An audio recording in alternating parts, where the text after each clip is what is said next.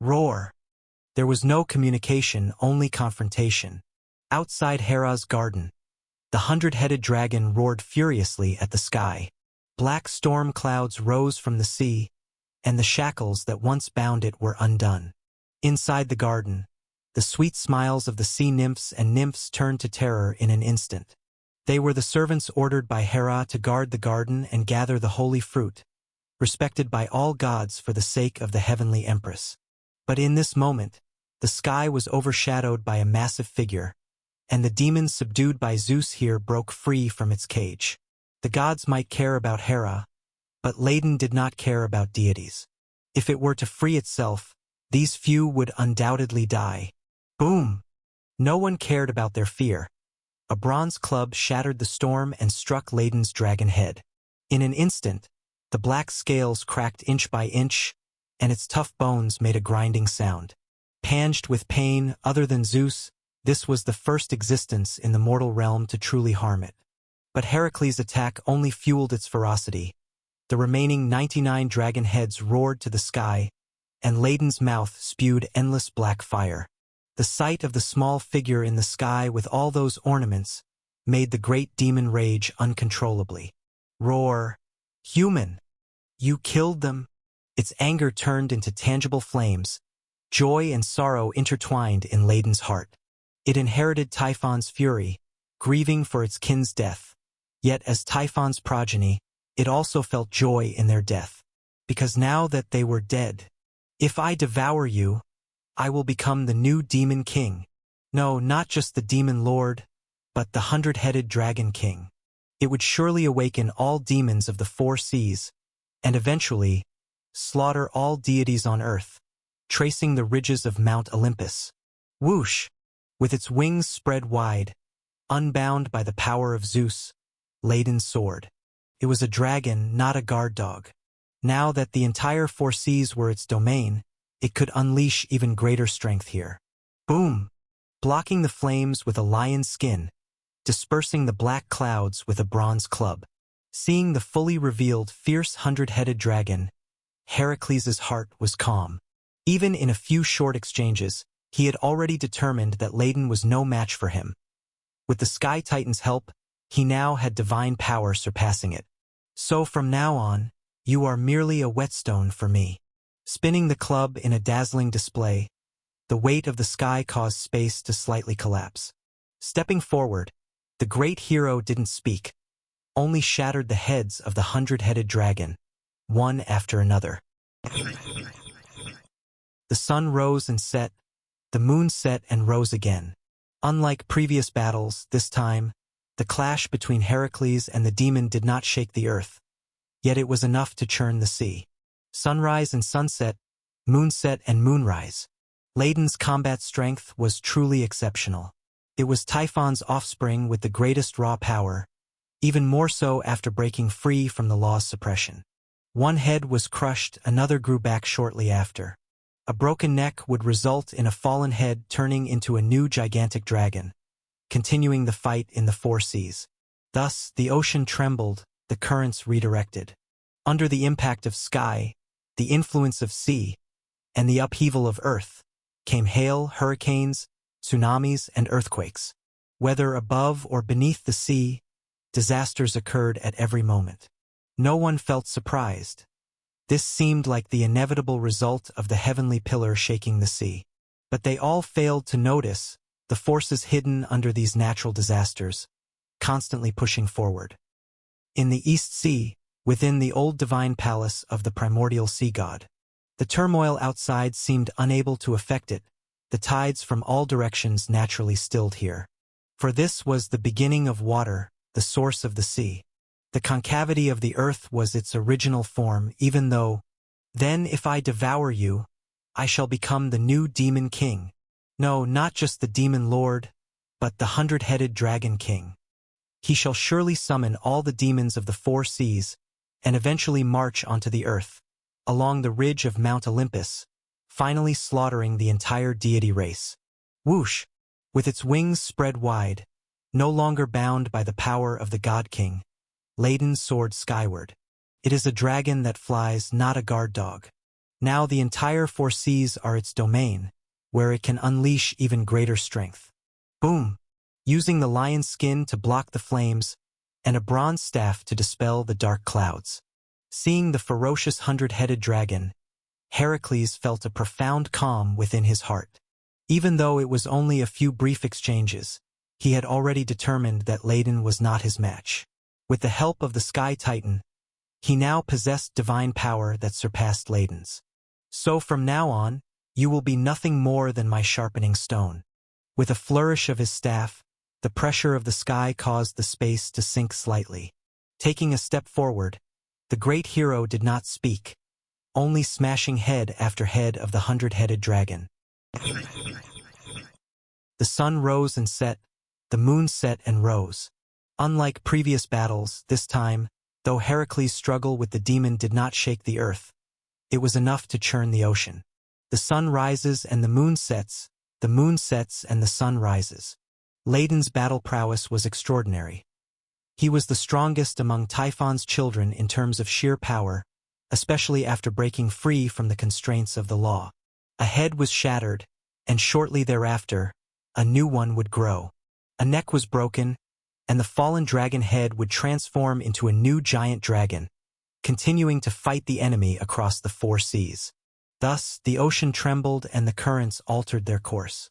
Under the impact of the sky, the influence of the sea, and the tremors of the earth, hailstorms, hurricanes, tsunamis, and earthquakes, disasters occurred constantly, both above and below the sea. No one was surprised, as this seemed to be the expected outcome of the heavenly pillar shaking the ocean. But no one noticed the force quietly fanning the flames amidst these natural disasters. The East Sea within the ancient sea god's old divine palace. The turmoil outside seemed to have no effect here, and the tides naturally ceased in all directions. For this was the origin of water, the source of the sea. The concave surface of the earth was its original state, and even after millennia, the initial intent of sea from the chaos world remained here, held in the hands of the ancient sea god Pontus. This is an eternal authority, even if he has long been in slumber.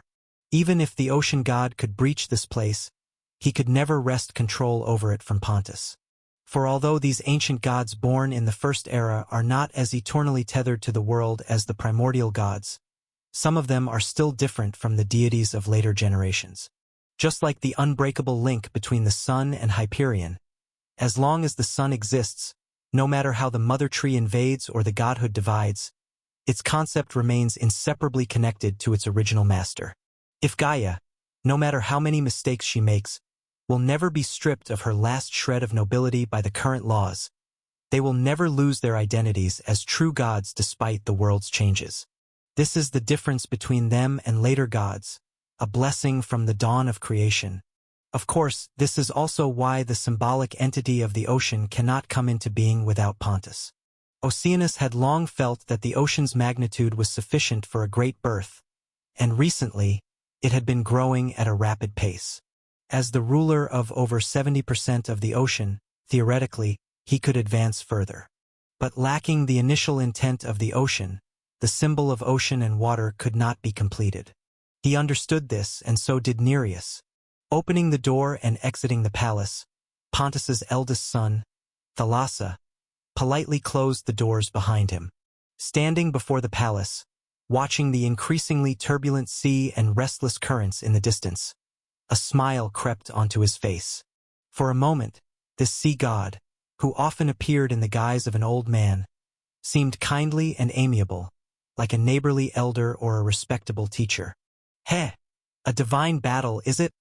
Smiling and shaking his head, it didn't matter if those fighting were gods or not. Their power rivaled that of true deities, and Nereus had no quarrel with labels. He could feel that both Ladin and Heracles possessed enough strength to make even a true god like himself avoid them. However, his appearance here was not due to their strength. He knew that even a battle between two powerful divine forces could not shake the East Sea from the Western Sea. This was beyond what a true god could do. The current chaos was not what it used to be. Only great divine power could affect one end of the world from the other, unless it involved divine authority, and relevant to the sea god's authority. So, the question is, could the symbol of sea on the heavenly pillar achieve this? Others could not be sure, not even Zeus could be certain. Because between the authorities of gods, it's like a different world. The divine king would not dare to make judgments regarding the domain of the ocean, but Nereus dared to say it could not. Stirring the western sea storms was already its limit. Extending that to the eastern part of the earth was impossible. Yet now it had, even affecting the water around the ancient sea god palace. This ability was beyond what a punished heavenly pillar or even Poseidon himself could achieve.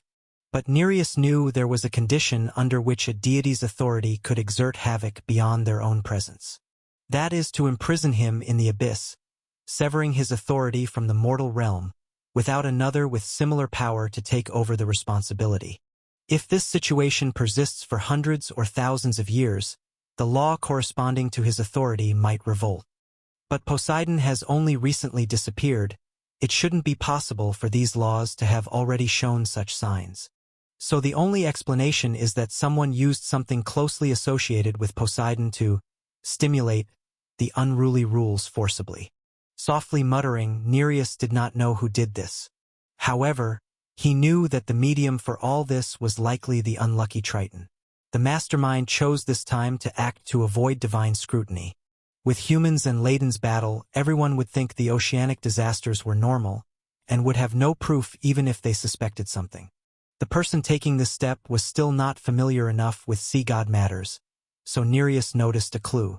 And if he wished, he could use his thalassa power to soothe the agitated law, nipping the plot in the bud. But you don't need to do that. The sea trembled, and the ocean currents surged. Treading on the fierce currents, the ancient Titan, the ocean god, had left the circumterrestrial river to appear in his old rival's domain. With his appearance, the commotion affecting the entire four seas grew even more intense in far and wide realms. Even many sea gods' palaces built beneath the ocean swayed in the waves. Ha ha! Lord Oceanus, it's been a long time. But you shouldn't say that. As the future principal god of the Olympian pantheon, I cannot ignore this calamity.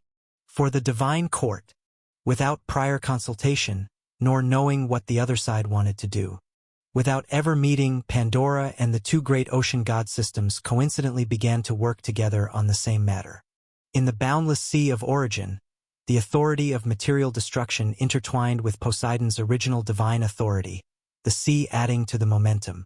Centered on the legacy the Sea Emperor left in this world, their combined force created an effect where 1 + 1 was greater than 2.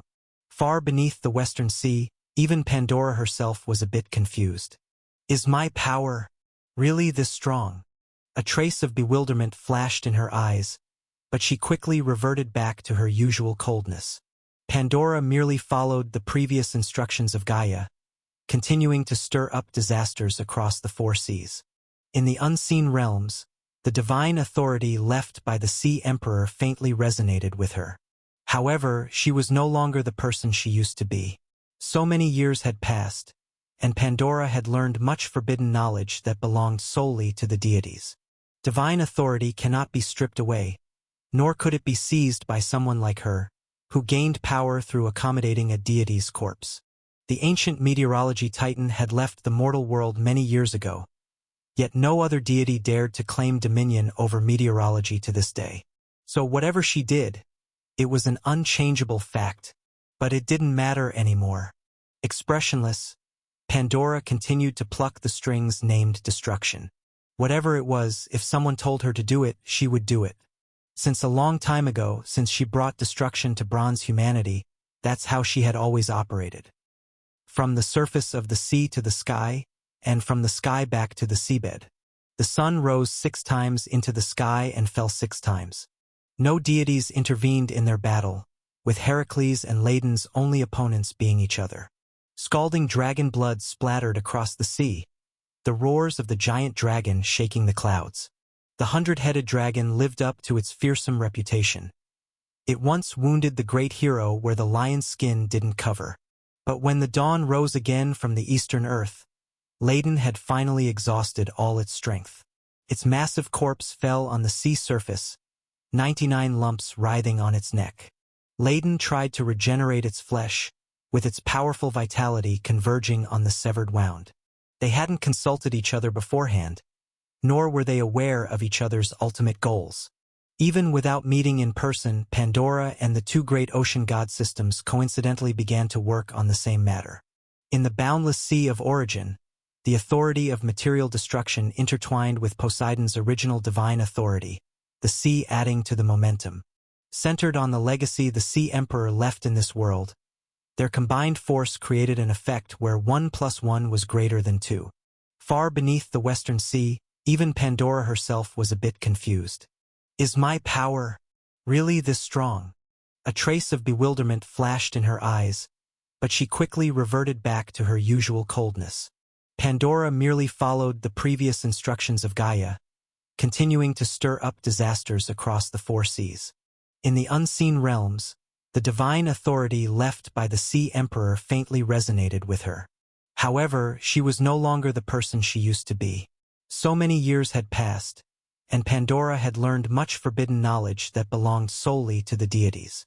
Divine authority cannot be stripped away, nor could it be seized by someone like her, who gained power through accommodating a deity's corpse. The ancient meteorology titan had left the mortal world many years ago, yet no other deity dared to claim dominion over meteorology to this day. So whatever she did, it was an unchangeable fact, but it didn't matter anymore. Expressionless, Pandora continued to pluck the strings named destruction. Whatever it was, if someone told her to do it, she would do it. Since a long time ago, since she brought destruction to bronze humanity, that's how she had always operated. From the surface of the sea to the sky, and from the sky back to the seabed. The sun rose 6 times into the sky and fell 6 times. No deities intervened in their battle, with Heracles and Ladin's only opponents being each other. Scalding dragon blood splattered across the sea, the roars of the giant dragon shaking the clouds. The 100-headed dragon lived up to its fearsome reputation. It once wounded the great hero where the lion's skin didn't cover.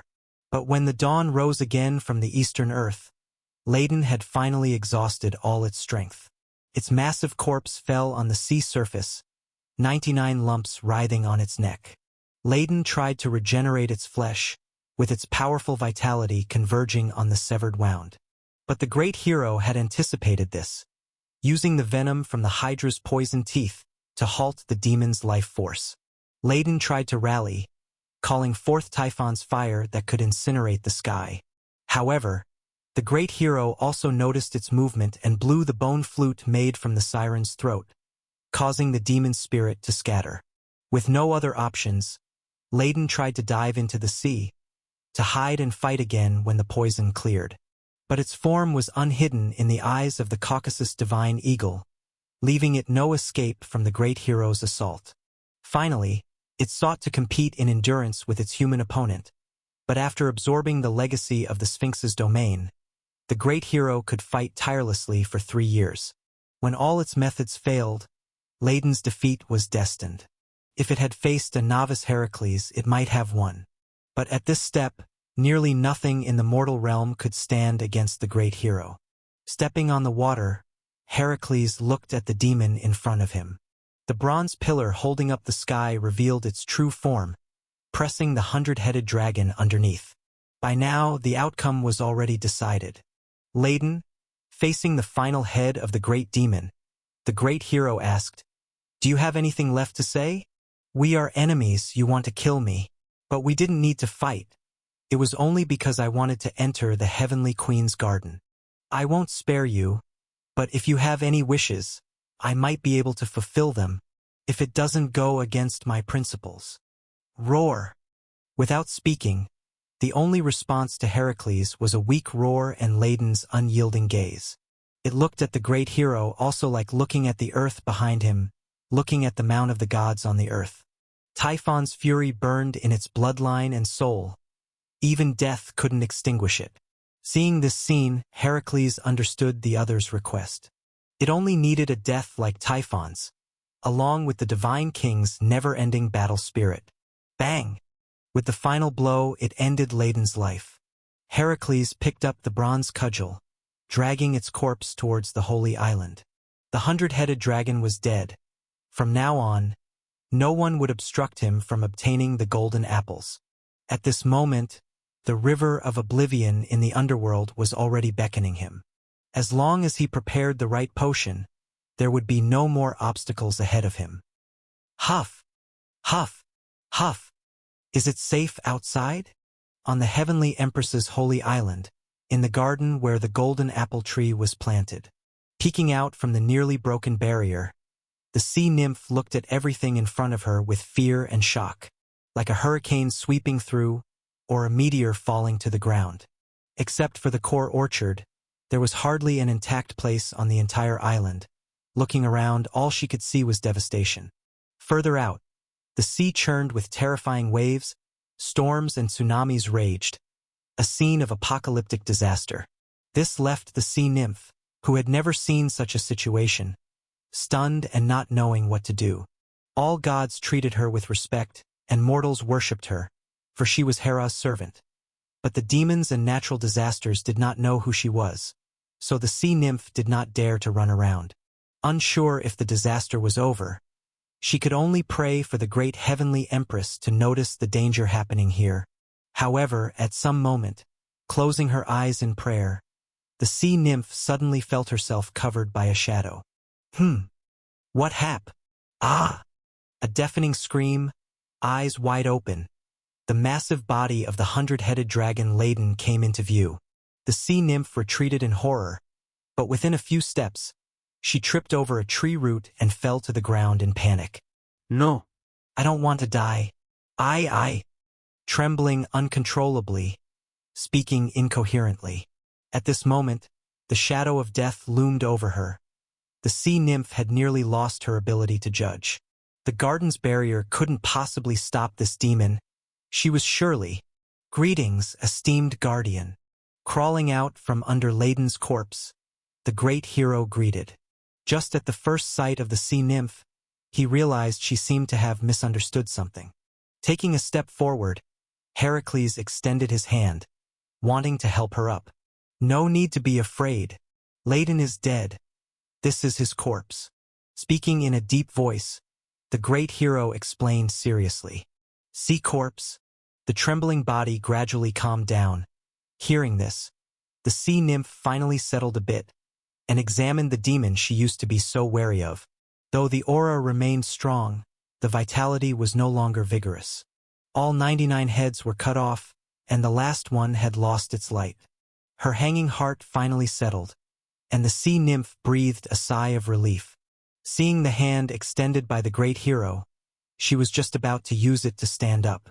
How could she have known that just as she stretched out her hand halfway, as if suddenly remembering something, she hesitated and asked, "This lord looks unfamiliar. May I ask which deity you preside over, as we haven't met before?" "I am not a god." Speaking honestly, Heracles explained, "We indeed haven't met before." "Not a god." Frowning slightly, the sea nymph hesitated for a moment, then couldn't help but ask again. "Then which deity's servant are you, bestowed with immortal divinity by a noble lord?" "No one." Shaking his head again, faintly Heracles sensed a change in her attitude. "I am not a servant of any deity, nor has anyone bestowed upon me immortal divinity. You might not know me. I come from the earth," a human named her. Slap! Before he could finish speaking, a crisp sound interrupted the great hero's self-introduction. Attempting to swat away Heracles' extended hand but failing, the sea nymph snorted coldly and stood up on her own. "So you are a mere mortal from the mortal realm. You are not qualified to have physical contact with me. Your life is still too short. This is not a place you should come. All right, back off now. Considering your good intentions, I won't fuss over your trespass into the Heavenly Queen's garden. Leave quickly. I'll pretend I never saw you." Her words flowed like a stream. In an instant, the panic completely faded, leaving only a faint trace of pride and confidence on the sea nymph's face. Standing aside, Heracles didn't react immediately. He was stunned for a moment, as if wanting to say something, but in the end he said nothing. Retracting his extended hand, The great hero also felt a bit helpless. Well, he truly hadn't expected to encounter this kind of situation beforehand. But it didn't matter, he was just here to obtain the golden apples. Even if this guardian had a bad attitude, he didn't plan to do anything to her. All right, since you hold some prejudice against mortals, I will leave after I get the golden apples. Shaking his head slightly, the great hero planned to bypass her. But before he could take a step, a sharp voice came from behind him. What did you say? You intend to steal the golden apples? Not steal. Taking a deep breath, Heracles turned around and said, These are my rightful reward after completing the trial. Not just the previous one. Looking back, the other nymphs and sea nymphs also noticed the commotion here and saw the dragon's corpse. Frowning, the great hero did not wish to tangle with them. But upon hearing his explanation, they directly blocked his path. What trial, what reward? Righteous and stern, the sea nymph did not budge an inch. This is the garden of the heavenly empress. Without her decree, no one may take the golden apples here. Besides, the apples are bestowed upon the gods by her, and you, a mortal, still want her apples? How can that be allowed? What do you need the golden apples for, a human? Humph, I think you better stay here. As for how to deal with you, let's wait for the empress to make her judgment. Question mark. Not knowing what to say, looking back at Ladon's enormous corpse, Heracles' last bit of patience was exhausted. So that's how it is, like that servant of Triton. It makes sense. One was bound and punished since the Bronze Age, and these ones might have been guarding the golden apple tree since the end of the last era. Their understanding of humans is nearly non-existent, still stuck on descriptions of fanatical believers and the Golden Age. They fear demons but do not fear themselves. Because in their eyes, humans would never defy the deities by nature. Their existence is because of the gods. Taking a step forward, the great hero remained calm. Although he had no ill feelings towards the unseen heavenly empress, it did not mean he would allow the sea nymph in front of him to disregard his dignity. Move aside. This is the golden apple? Yes, this is the golden apple. They did not linger long in the heavenly empress's garden. With the fruit they had obtained, Heracles used a bronze staff to quell the tsunamis and storms around the Holy Island. Along with his two companions, he set up a large cauldron at the edge of the island. Various herbs they had collected along the way were piled beside them, and the freshly picked golden apple took the prime spot. Just looking at these so-called golden apples, Prometheus felt a little disappointed. Well, maybe it is also a golden apple. But compared to the real golden apple, this is just a fruit that is very useful to mortals. In ancient times, before the creation of silver humanity, the forethinker had once followed his father to the dwelling place of Mother Earth, back when it still belonged to her as the Delphic Great Plains. There, he had seen the true golden apple tree, and those fruits that could make even deities envious. Compared to those, these so-called golden apples were merely superficial. Their only use to the gods might be to speed up the regeneration of their divine bodies after destruction. Other than that, they just tasted decent, of course, from a divine perspective. To humans, these golden apples might not be that different from the original ones after all, because their greatest power was to grant mortals near-eternal life. Near, but not absolute, because the power of the golden apple would eventually be exhausted. But that day could be calculated in thousands of years. With a slight shake of his head, Prometheus no longer looked at the counterfeit. He simply took out the Purgatory book and found the page with the potion recipe. Let us begin, brew your potion. This is not difficult. It is not a traditional kind of magic potion, but a concoction with unique symbolism. It can place your existence between life and death, avoiding the recognition of certain rules. Okay. Heracles nodded slowly and took the Purgatory book. Just watching this scene, Dionysus suddenly realized. A potion, a recognition of rules, what was it for? Weren't they a team assisting Heracles in completing the 12 labors? Could it be that, after defeating the dragon Ladon, the god of the west wind had already been here? Ahem, what is this for? Uncertain, Dionysus pointed at the large cauldron in front of him. Naturally, It is to brew a potion named Living Hell Potion. As he explained, the great hero also wanted to see what choice his companion would make. You have heard its effects. It can reverse the state between life and death, making the drinker neither alive nor dead, avoiding certain rules. Certain rules? Still confused, Dionysus continued to ask. For example? For example, the power of the waters of the Styx. Heracles answered calmly. The Styx. At these words, Dionysus was momentarily stunned, then suddenly understood. So you already know. The power of the waters of the Styx. When the great hero mentioned this term, his first thought was of the river of vows, the Styx, followed by the Acheron River, which blocked the entrance to the underworld. According to the arrangements of Zephyrus and the divine king, their next step indeed required them to go to the underworld. The attitude of the Skyholder was already clear. Next was Hades. Although the underworld had always been considered a backwater by the gods, that did not mean Zeus did not value their existence. On the contrary, the underworld gathered too many secrets. If he had not already personally traveled through the abyss, perhaps Tartarus would have been a stop on Heracles' journey. Dionysus did not fully understand this, but he knew part of it. So this potion is actually prepared for the journey to the underworld? There's no real need for that. Charon, the ferryman of the underworld, would never dare stop you from crossing the river. He might play some small tricks with you, but it's good to be prepared, since it's the underworld after all. Nodding, Dionysus indicated his understanding. And beside him, Heracles fell silent at his words, eventually shaking his head with a mysterious expression. So it was like that? The subsequent trials arranged by the gods were also in the underworld. What a coincidental guidance of fate. He looked up at the bronze staff fixing the sea around the island. The great hero felt increasingly the power of this unseen force.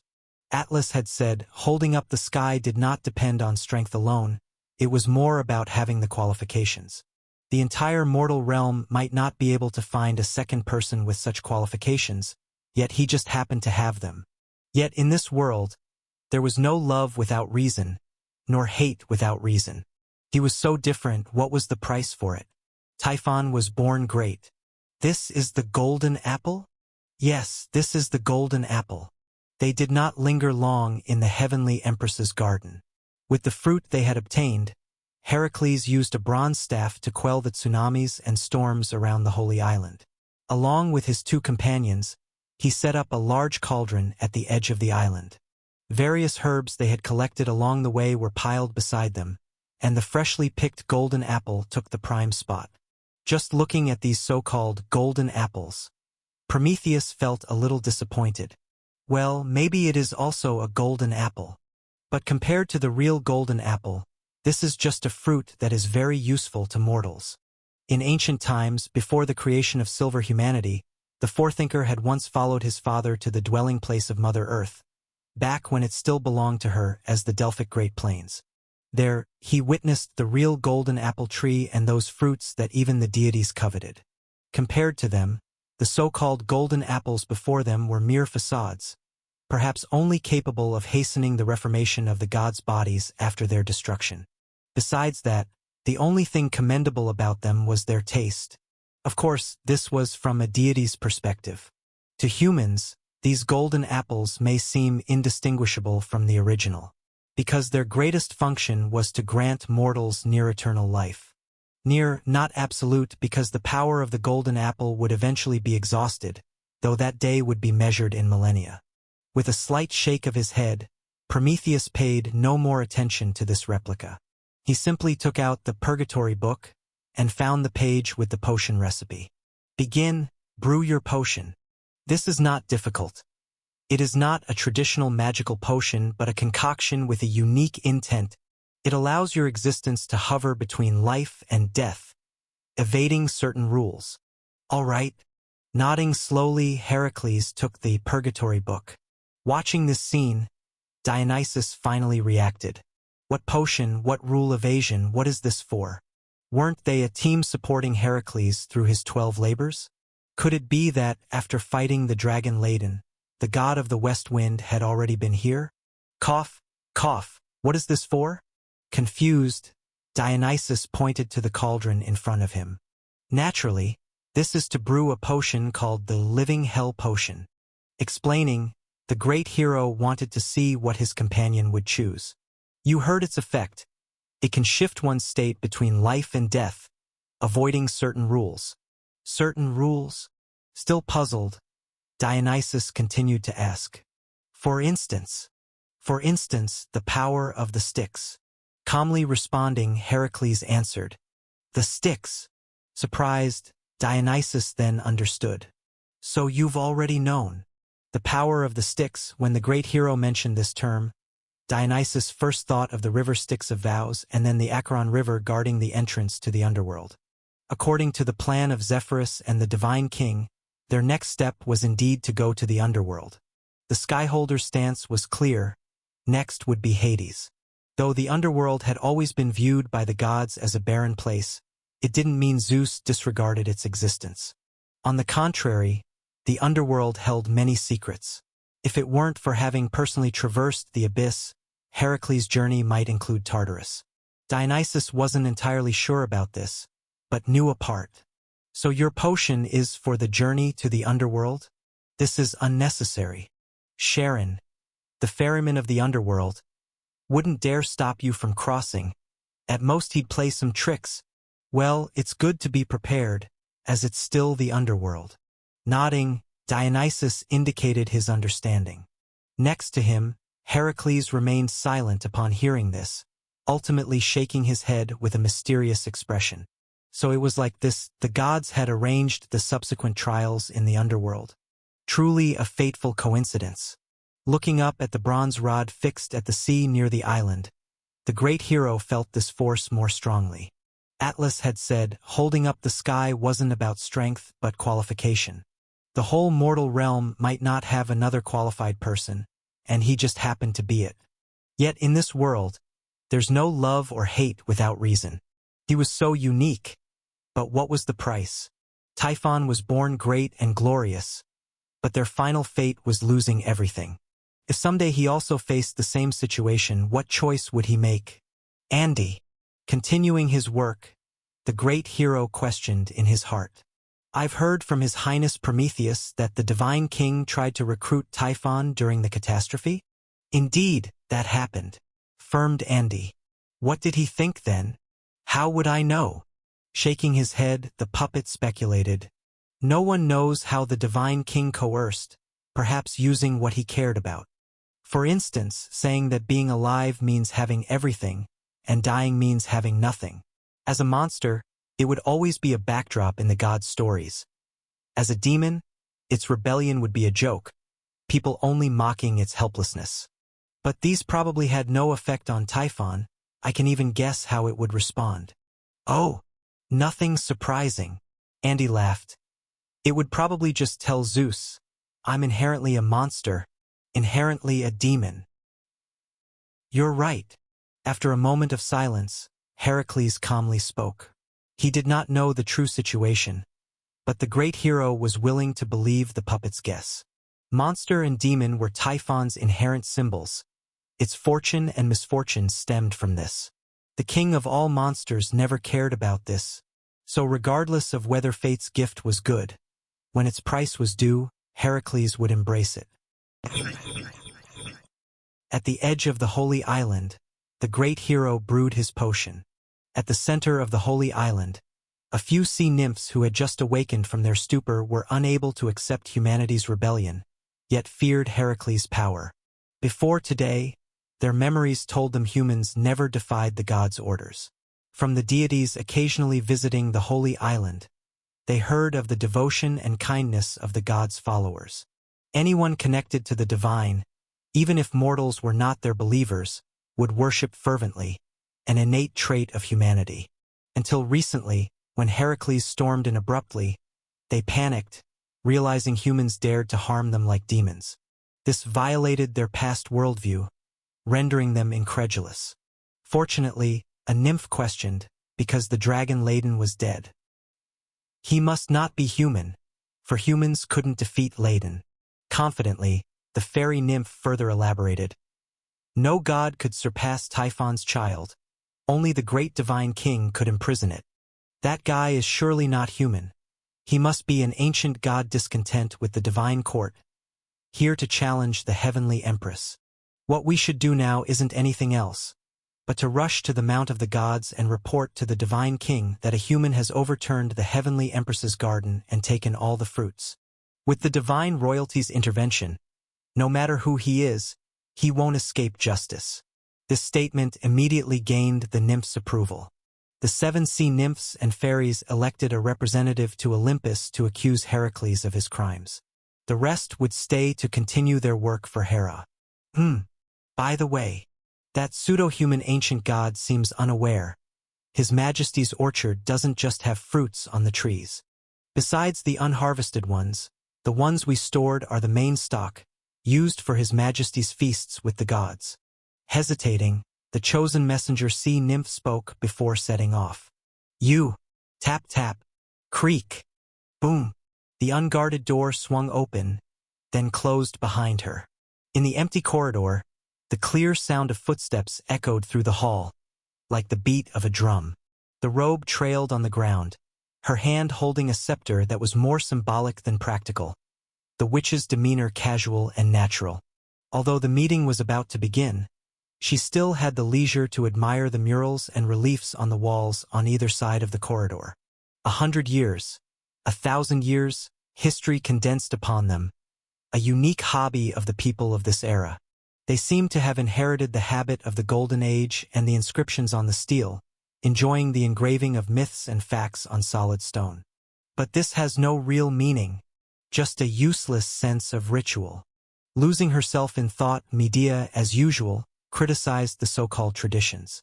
After all, during the Golden Age, humans likely chose to use stone over other materials simply because of technological limitations.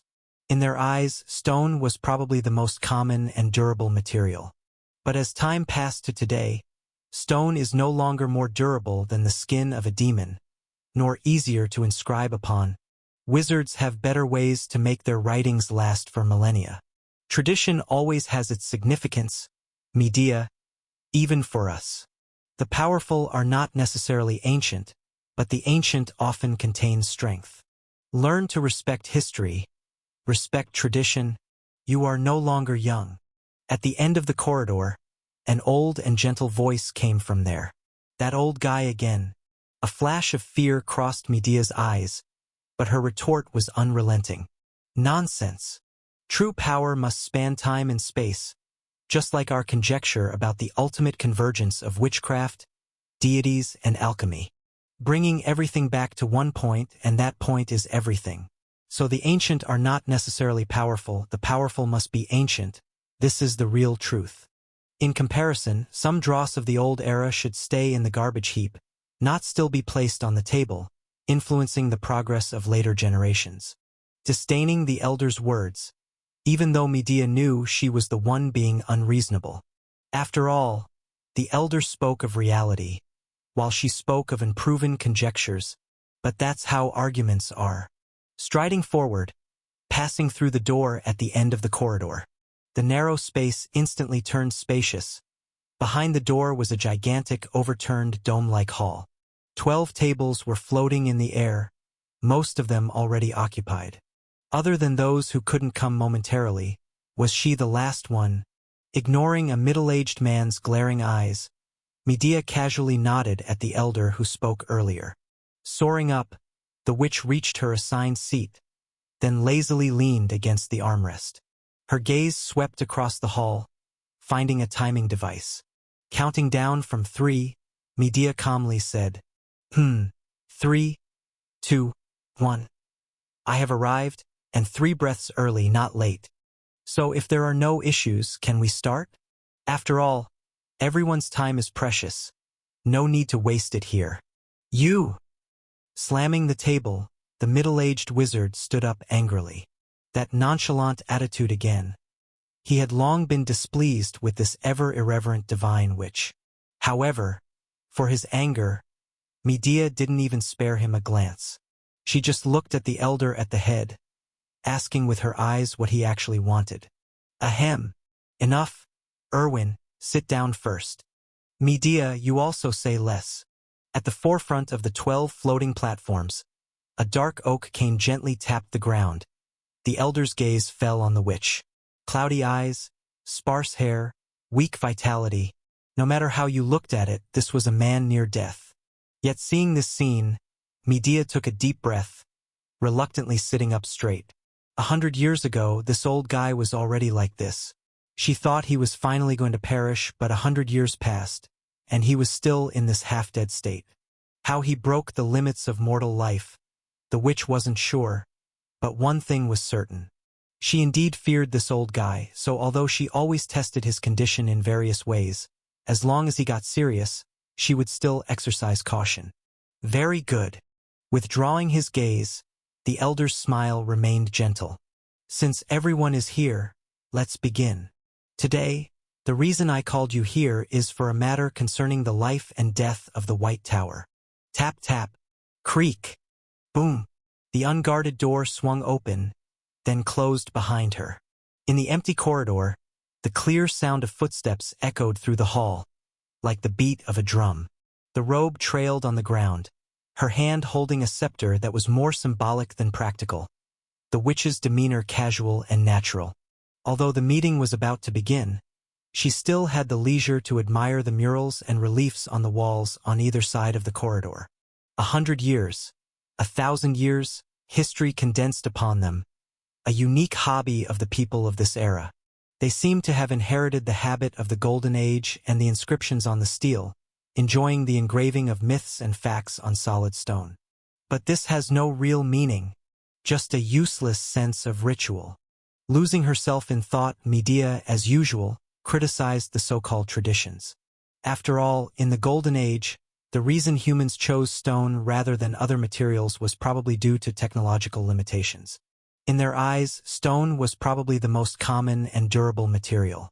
But as time has passed to today, stone is no longer more durable or easier to write on than a demon's skin. Wizards now have better ways to preserve their writings for millennia. Tradition always has its significance, Medea, even for us. What is powerful is not necessarily ancient, but most ancient things contain strength. Learn to revere history, revere tradition. You are no longer young. At the end of the passageway, a voice, old yet gentle, came from there. It's this old guy again. A trace of apprehension flashed in Medea's eyes, but her rebuttal was not polite at all. Nonsense. True strength must transcend time and space, just like the endpoint we speculate for witchcraft, deities, and alchemy combined. Let everything converge to a point. Point is everything. So the ancient is not necessarily powerful, but the powerful must be ancient.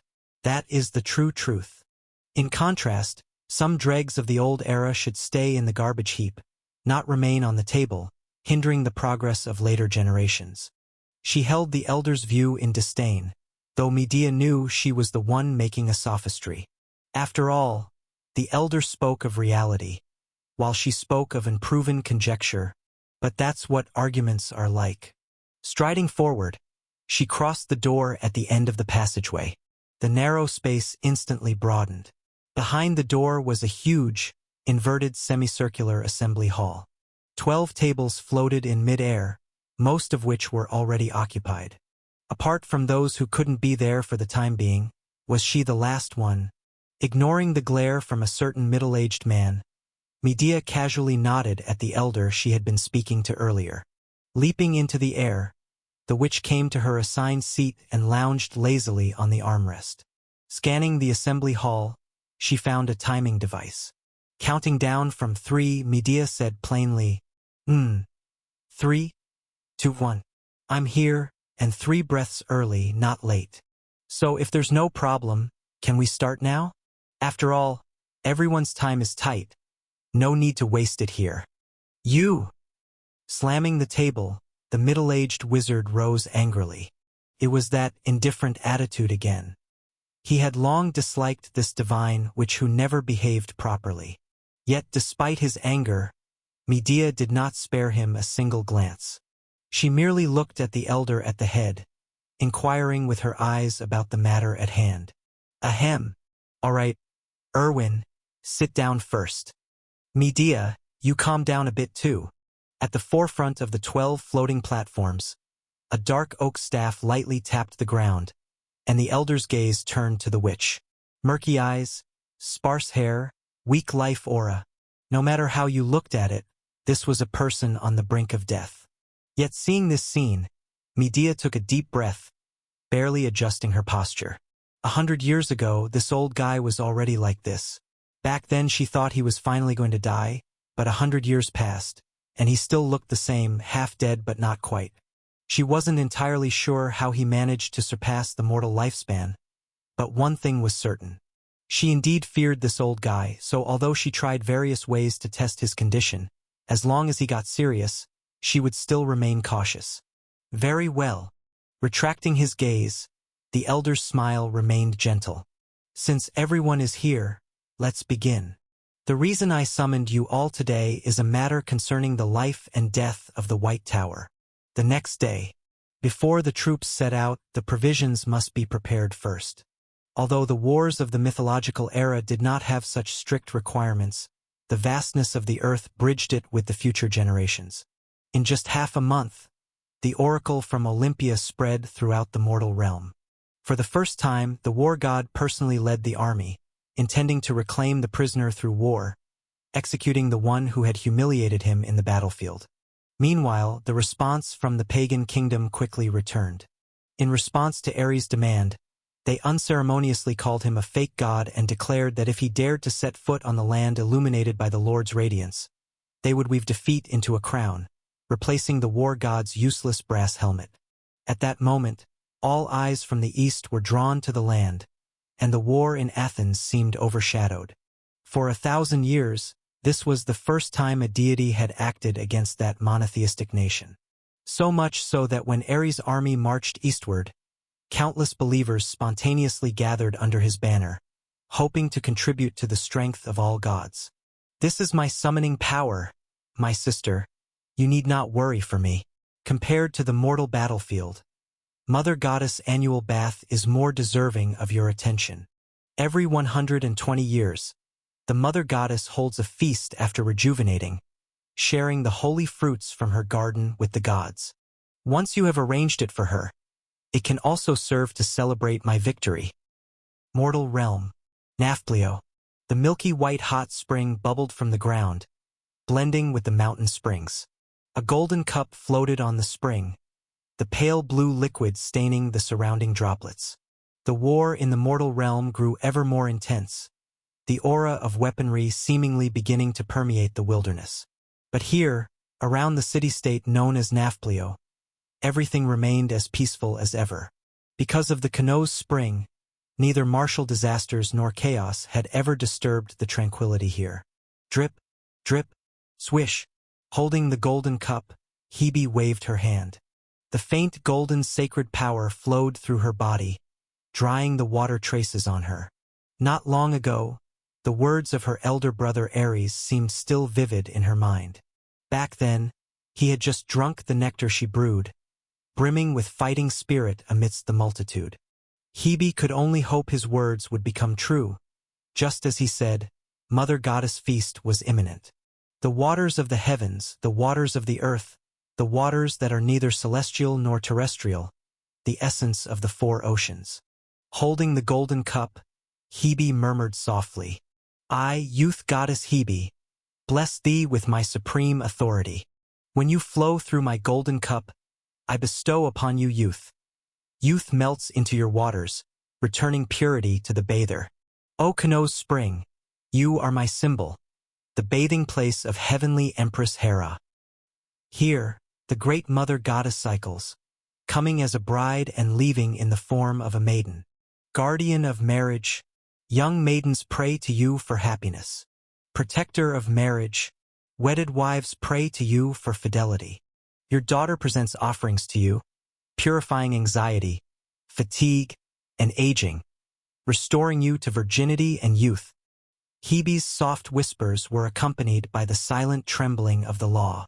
This was a ritual that would last for days here, finally welcoming the mistress of Mount Olympus, heavenly Empress Hera, to bathe here at the start of spring when all things come alive. This steadfast and loyal goddess rarely left the Mount of the Gods. Yet this was a place she visited annually. Even the mortal realm had long sung praises, celebrating the great Knossos' holy spring. But Erwin, few know that, unlike other legendary springs, Knossos' holy spring was originally nothing special. Demons from hell once said that at the midpoint of the nine-layered hell, in the central court, there is a divine spring that purifies everything. Goddess of beauty Aphrodite also has a spring that restores her virginity. She bathes in the seawater of Paphos, with the three graces dancing for her, emerging from the seawater as if reborn. But only Hera is different. At first, it was just an ordinary spring, like any other spring on Earth, with no special properties. Until one day, the youth goddess Hebe was born, and so the changes followed. On the unnamed desolate mountain, an oak staff struck the ground. With the respectful support of his student, the old man slowly made his way to the peak of the desolate mountain. His murky eyes gazed into the distance, where not far from Nafplio, the goddess was chanting her verse. You see, this is a god. This is the power of a god. Powerful and unique, elusive and unreplicable. Even their birth brings subtle yet tangible influences to the world, transforming the spring alongside them. The heavenly empress gave birth to the youth goddess, and Hebe returned her true youth. So, Erwin, do you understand now? Pointing his staff into the distance, the elder smiled as he asked. But beside him, the middle-aged man had long been tense and speechless. Teacher, No. Are we really going to? Haven't we done it before? The elder countered, but Erwin merely shook his head. But it was just a disregarded ancient god, and he had been completely drained of his strength by Typhon. But this one is the beloved daughter of heavenly Empress Hera and god King Zeus, a deity well known among the Olympian pantheon. Wait, to greet the mistress of Mount Olympus, heavenly Empress Hera will bathe here. This steadfast and loyal goddess rarely leaves the Mount of the Gods, but this place is where she visits every year. Even in the mortal realm, there have been poems sung in praise of this great Knossos' holy spring. Only Erwin, few people know that, unlike those other legendary fountains, Knossos' holy spring was originally nothing special.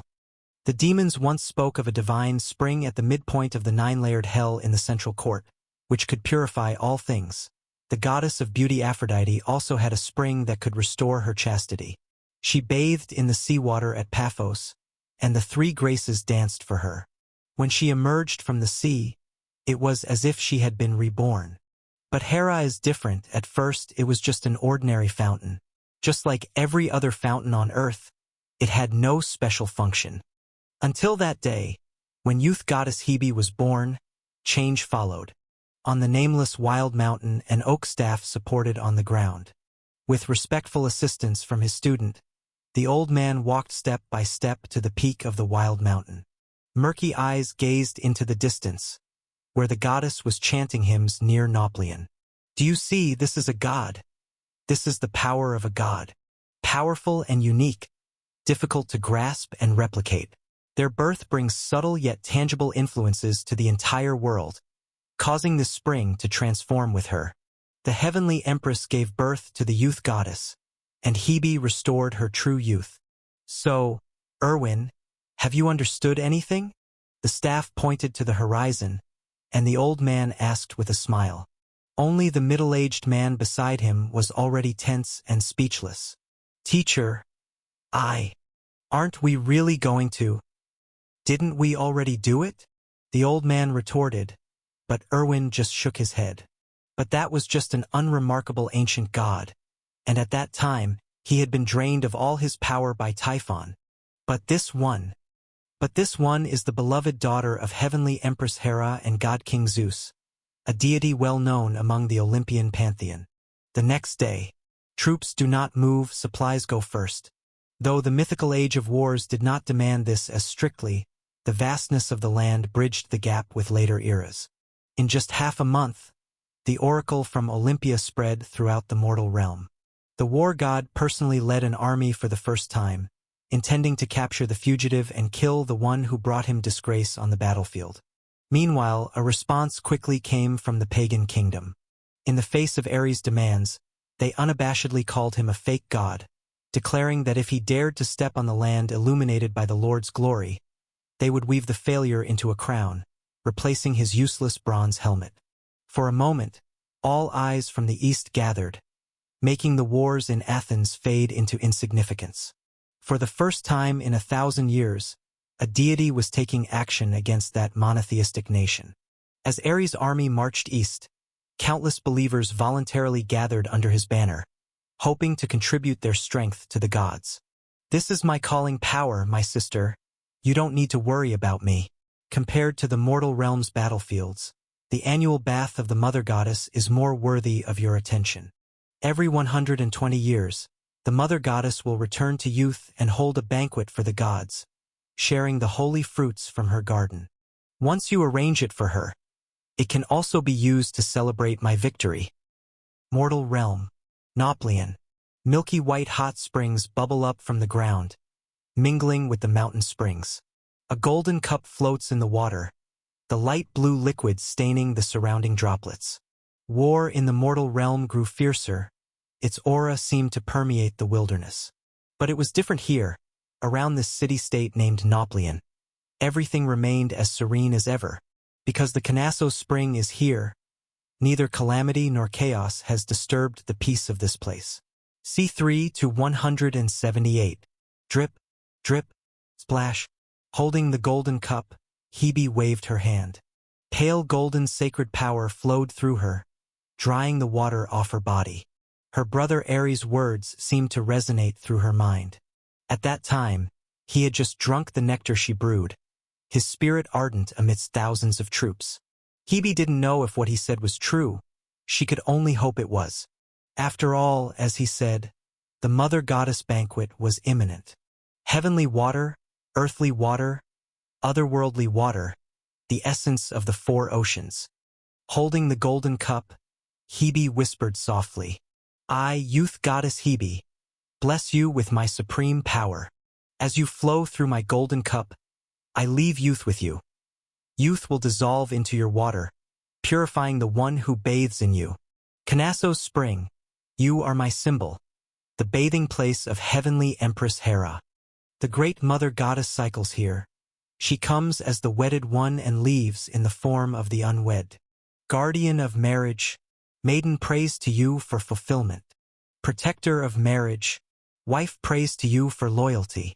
Your daughter offers you a gift here, purifying anxiety, fatigue, and aging, restoring you to virginity, renewing youth." Hebe whispered softly, accompanied by the silent tremor of the law. This was a ritual. She would continue here for several days, ultimately welcoming the mistress of Mount Olympus, heavenly Empress Hera, at the beginning of spring, when all things blossom. This steadfast and loyal goddess rarely leaves the Mount of the Gods, but this place is where she visits every year. Even in the mortal realm, there have been poems sung in praise of this great Knossos holy spring. Only Irwin, few people know that, unlike those other legendary fountains, Knossos holy spring was originally nothing special. The demons once spoke of a divine spring at the midpoint of the nine-layered hell in the central court, which could purify all things. The goddess of beauty Aphrodite also had a spring that could restore her chastity. She bathed in the seawater at Paphos, and the three graces danced for her. When she emerged from the sea, it was as if she had been reborn. But Hera is different. At first, it was just an ordinary fountain. Just like every other fountain on Earth, it had no special function. Until that day, when youth goddess Hebe was born, change followed. On the nameless wild mountain, an oak staff supported on the ground. With respectful assistance from his student, the old man walked step by step to the peak of the wild mountain. Murky eyes gazed into the distance, where the goddess was chanting hymns near Nauplian. "Do you see, this is a god? This is the power of a god. Powerful and unique, difficult to grasp and replicate. Their birth brings subtle yet tangible influences to the entire world, causing this spring to transform with her. The heavenly empress gave birth to the youth goddess, and Hebe restored her true youth. So, Erwin, have you understood anything? The staff pointed to the horizon, and the old man asked with a smile. Only the middle-aged man beside him was already tense and speechless. Teacher, aren't we really going to? Didn't we already do it? The old man retorted, but Erwin just shook his head. But that was just an unremarkable ancient god, and at that time, he had been drained of all his power by Typhon. But this one is the beloved daughter of heavenly Empress Hera and god King Zeus, a deity well known among the Olympian pantheon. Nightfall descended, and the moon hid behind the clouds. Outside Nafplion City, the winds from Silver Moon City couldn't reach here, and Hebe, quietly chanting hymns, still knew nothing. In the unseen, the rules throbbed with the song, and the power of youth washed over the fountain before her. Although these hymns were not essential parts of the ritual for the deity truly in charge of youth, Hebe did not slack off. For just as dances are the oldest gifts presented to gods by priests, Hebe's hymns were her offerings to her own mother goddess. Nightfall descended, and the moon hid behind the clouds. Outside Nafplion City, the winds from Silver Moon City couldn't reach here, and Hebe, quietly chanting hymns, still knew nothing. In the unseen, the rules throbbed with the song, and the power of youth washed over the fountain before her. Although these hymns were not essential parts of the ritual for the deity truly in charge of youth, Hebe did not slack off. For just as dances are the oldest gifts presented to gods by priests, Hebe's hymns were her offerings to her own mother goddess, in return for the blessing Hera had once given her personally. In the name of the guardian of marriage you shall have such a husband, his valor and wisdom unrivaled, his renown spreading across the earth and the sky. Praise be to you, loyal wife. Praise be to you, loving mother goddess. Murmuring softly, as the hymn concluded, Hebe slowly rose. A few more days of this ritual, and she could take a break in the evening. However, at this moment, although nothing had happened, an inexplicable feeling of dread suddenly surged within her heart. Wah! Before she could react, Hebe instinctively wanted to call for help. But at the same time, the omen of death seemed to be right before her. Fear seized her heart in an instant, and Hebe seemed to see her own corpse. In this unprecedented terror, her survival instinct directly triggered the divine power hidden within her divine body. Swoosh! With a thought, isolation was established inside and out. In an instant, a faint golden divine radiance enveloped the surroundings, cutting off everything external. Fear was driven out from her heart, and although the goddess of youth who regained her rationality immediately felt regret, feeling the surrounding divine power, she also felt some reassurance. After today, she would likely suffer a severe blow, but in any case, no mortal power could break her divine power shield. With the last bit of time left, she could safely return to the Mount of the Gods. Then she must report to her mother goddess, so that the madman who dared to lay a hand on her would suffer eternal punishment. With a sudden turn, Hebe wanted to see the face of her assailant before leaving. Yet at this moment, an invisible domain instantly unfolded. It covered the entire fountain, enveloped all of Nafplion, and encompassed every living being in this space. And at the center of this domain, the goddess of youth seemed to become a solidified photograph, vivid down to the tiniest expression, yet unable to move an inch. Buzz. 10 rings sorcery, death shadow. 10 rings sorcery, time freeze. 10 rings sorcery, great space lock. On a distant desolate mountain, the old man's face seemed to age even more at this moment. Slowly retracting his outstretched finger, looking at the seemingly frozen scene in the distance, he couldn't help but sigh lightly. This is a god. Even a god in charge of youth. Her divine power was enough to resist any mortal power. If not for being first struck down by the Lord of 10,000 demons and then continually drained of new divine power by the artificial magic net, the god of the stars would never have been able to be imprisoned by them.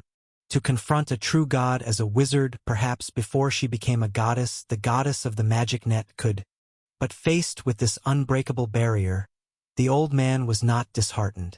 Because he knew, if he wanted to hunt deities, this was a hurdle he must face. Taking a step forward, passing through the invisible gateway, the old man stood in the sky, overlooking the earth. Beneath his feet, Hebe, shrouded in the divine power shield, stood like a statue, with the laws of the present world yet to arrive. Without any surprise, the old man knew that the power of time freeze actually could not affect a god who exploded with divine power. So few knew, the purpose of this sorcery was not to freeze time, but time acceleration.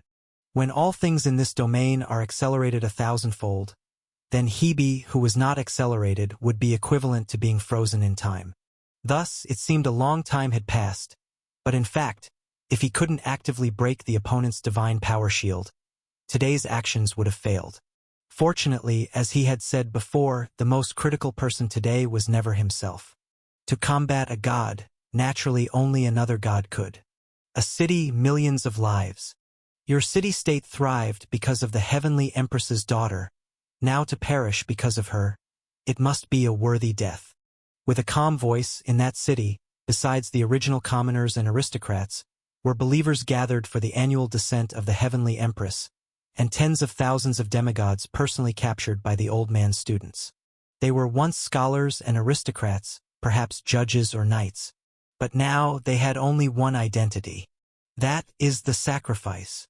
Raising his hand again, the ancient and intricate array patterns spread along the city walls, eventually covering the entire city. At the center of the ritual, a point of starlight shone brightly. With your lives and everything you have, we offer reverence to the Father of Stars, the falling light, the great child of the Titans, the venerable and immortal Astrius. Since all gods are the beginning of your glory, then they shall also be the end of everything for you. The ritual officially commenced. Standing atop the nameless desolate mountain, the old man pointed his finger. Everything of a person can be sacrificed, yet a part must still be reserved for the god.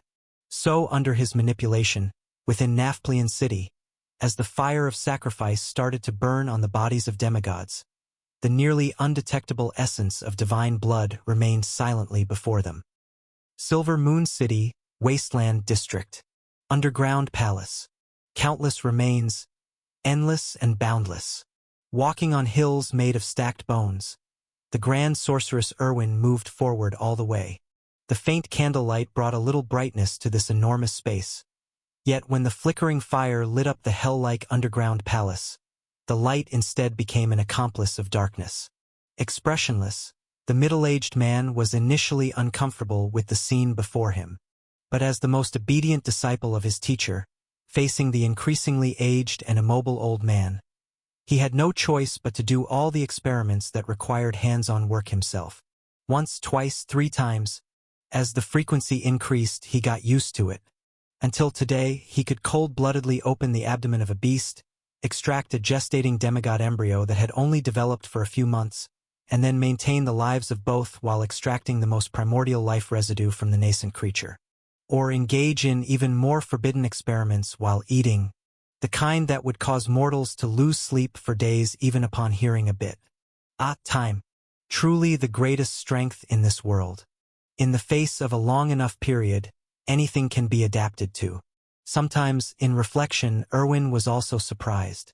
When did he start deviating from a diligent and honest youth to this path? Can't remember. But the teacher is right. Given endless time, even an ant can become a dragon. Let's think about it thoroughly once I've obtained immortality. For now, I'll complete the tasks assigned by my teacher.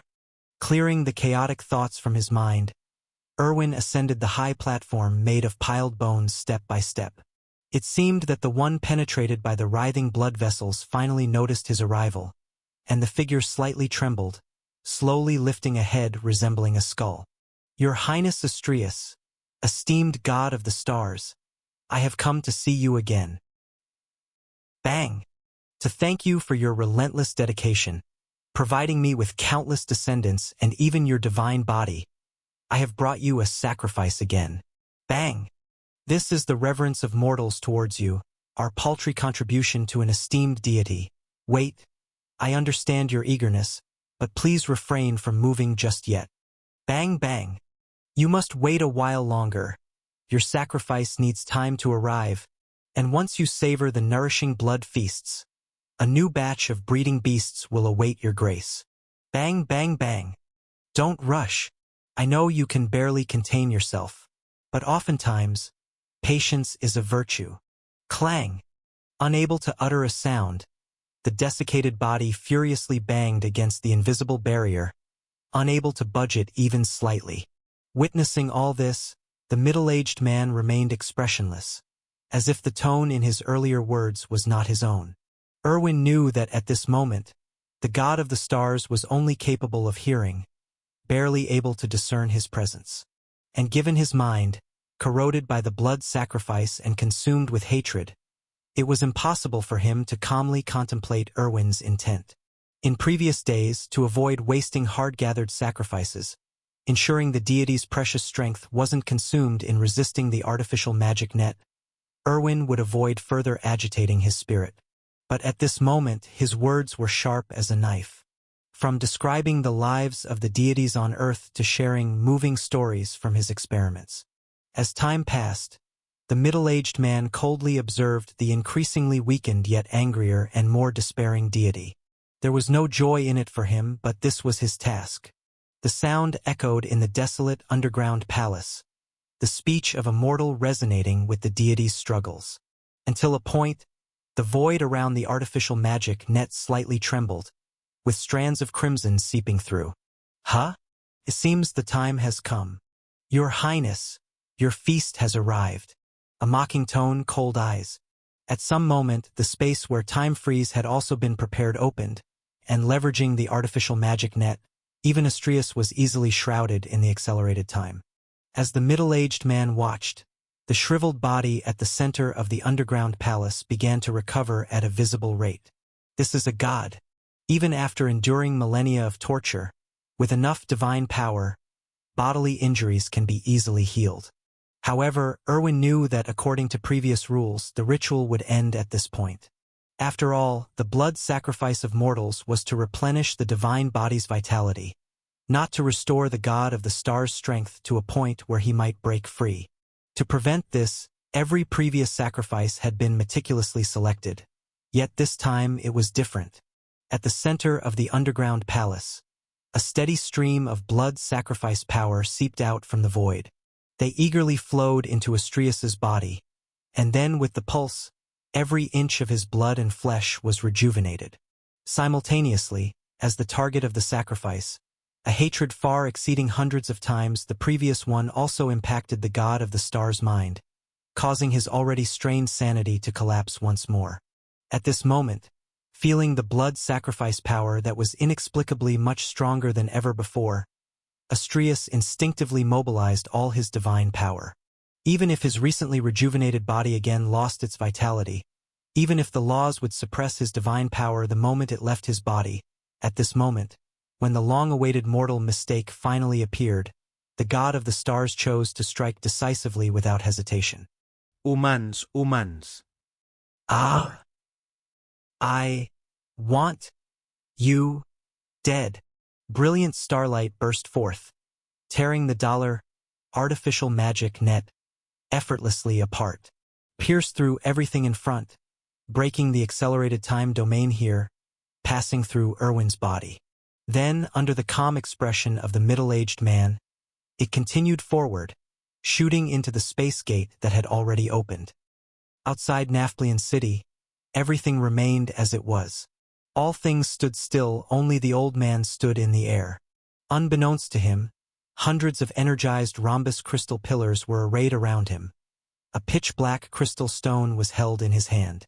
A space portal opened before the goddess of youth, and unimaginable elemental tides surged in the void around her. Time freeze, extending a second of real-world time to a day in the old man's view.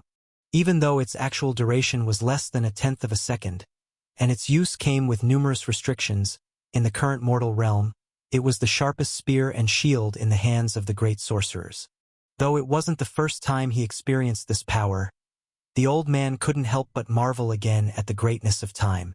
If this sorcery were not 11 rings, but could be sublimated to the 12 rings domain, it would be enough to shock even true deities despite not being of this world.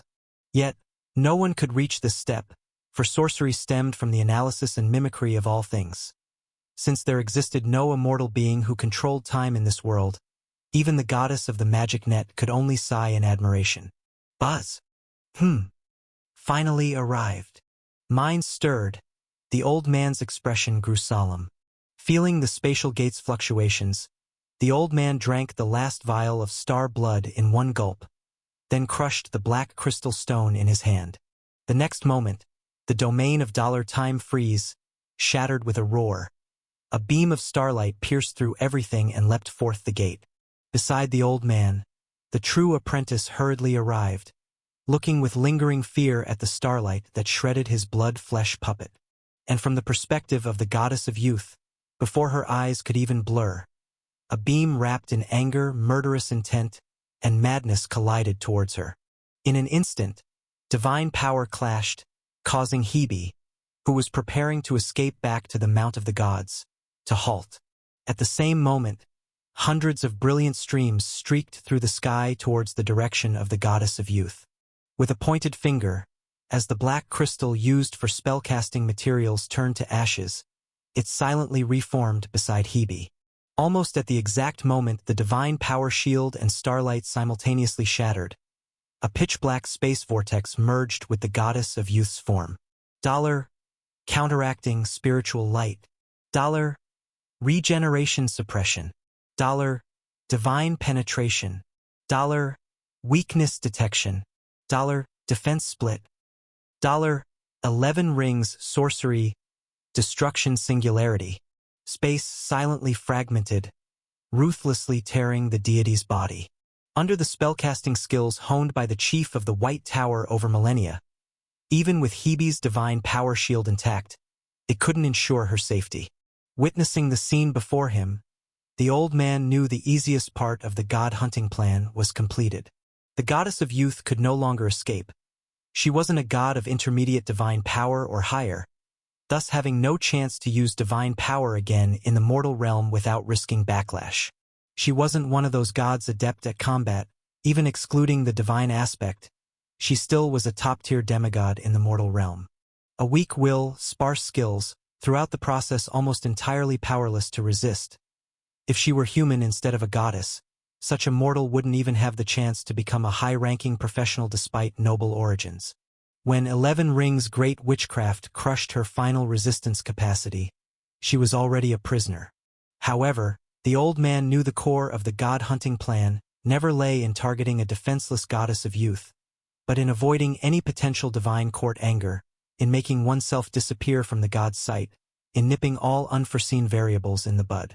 Though all these were merely possible, perhaps Olympus would treat Hebe's disappearance with indifference as it did that god imprisoned by mortals for decades. But the old man wanted certainty, not possibility. Especially when everything finally settled, the old man couldn't help but recall the beginning of why the god-hunting plan emerged. Hebe, did you know? I originally didn't intend to take this step. Although I so deeply desired your youth, your strength, none of these were reasons for me to take such risks. We ought to have lived in peace, not meet in weapons and warfare. Shaking his head helplessly, the old man's eyes flickered with weariness. As he said, he had never been one to seek fortune amidst danger. If possible, he'd prefer to accumulate victory with eternal life, rather than dream of sudden triumph. What a great opportunity! Let the angel behind the church and Olympus fight fiercely, to extract knowledge and accumulate strength amidst divine wars. Eventually, when they provoke a true war, sweeping the world like the disaster of Typhon, then wait until the dust settles. Wouldn't that be good? We already have experience, understanding of the gods. This time, even if there isn't an unfortunate god like Astrius, we could create one. Create a god everyone ignores, who finally, unfortunately falls into our hands, even more than one. If that day truly comes, as the daughter of the divine king and heavenly empress, even in failure, I would never cast my gaze upon you. It's just unfortunate your luck is bad. My luck isn't great either. Our luck is poor. Teacher. Beside the old man, noticing his moving lips, the middle-aged man stepped forward respectfully and asked, Teacher, we finally succeeded. Do you have any instructions? Nothing, there's nothing more. Sighing, not looking at the student beside him, the old man stroked his chest. I've succeeded, but there's nothing to instruct anymore. I just suddenly feel a bit emotional. If any of you had shown a bit more promise, how would we have ended up here? No matter what, the previous plan no longer exists. Confronting reality, the elder must change himself. No matter what, the previous plan no longer exists. Confronting reality, the elder must change his plan.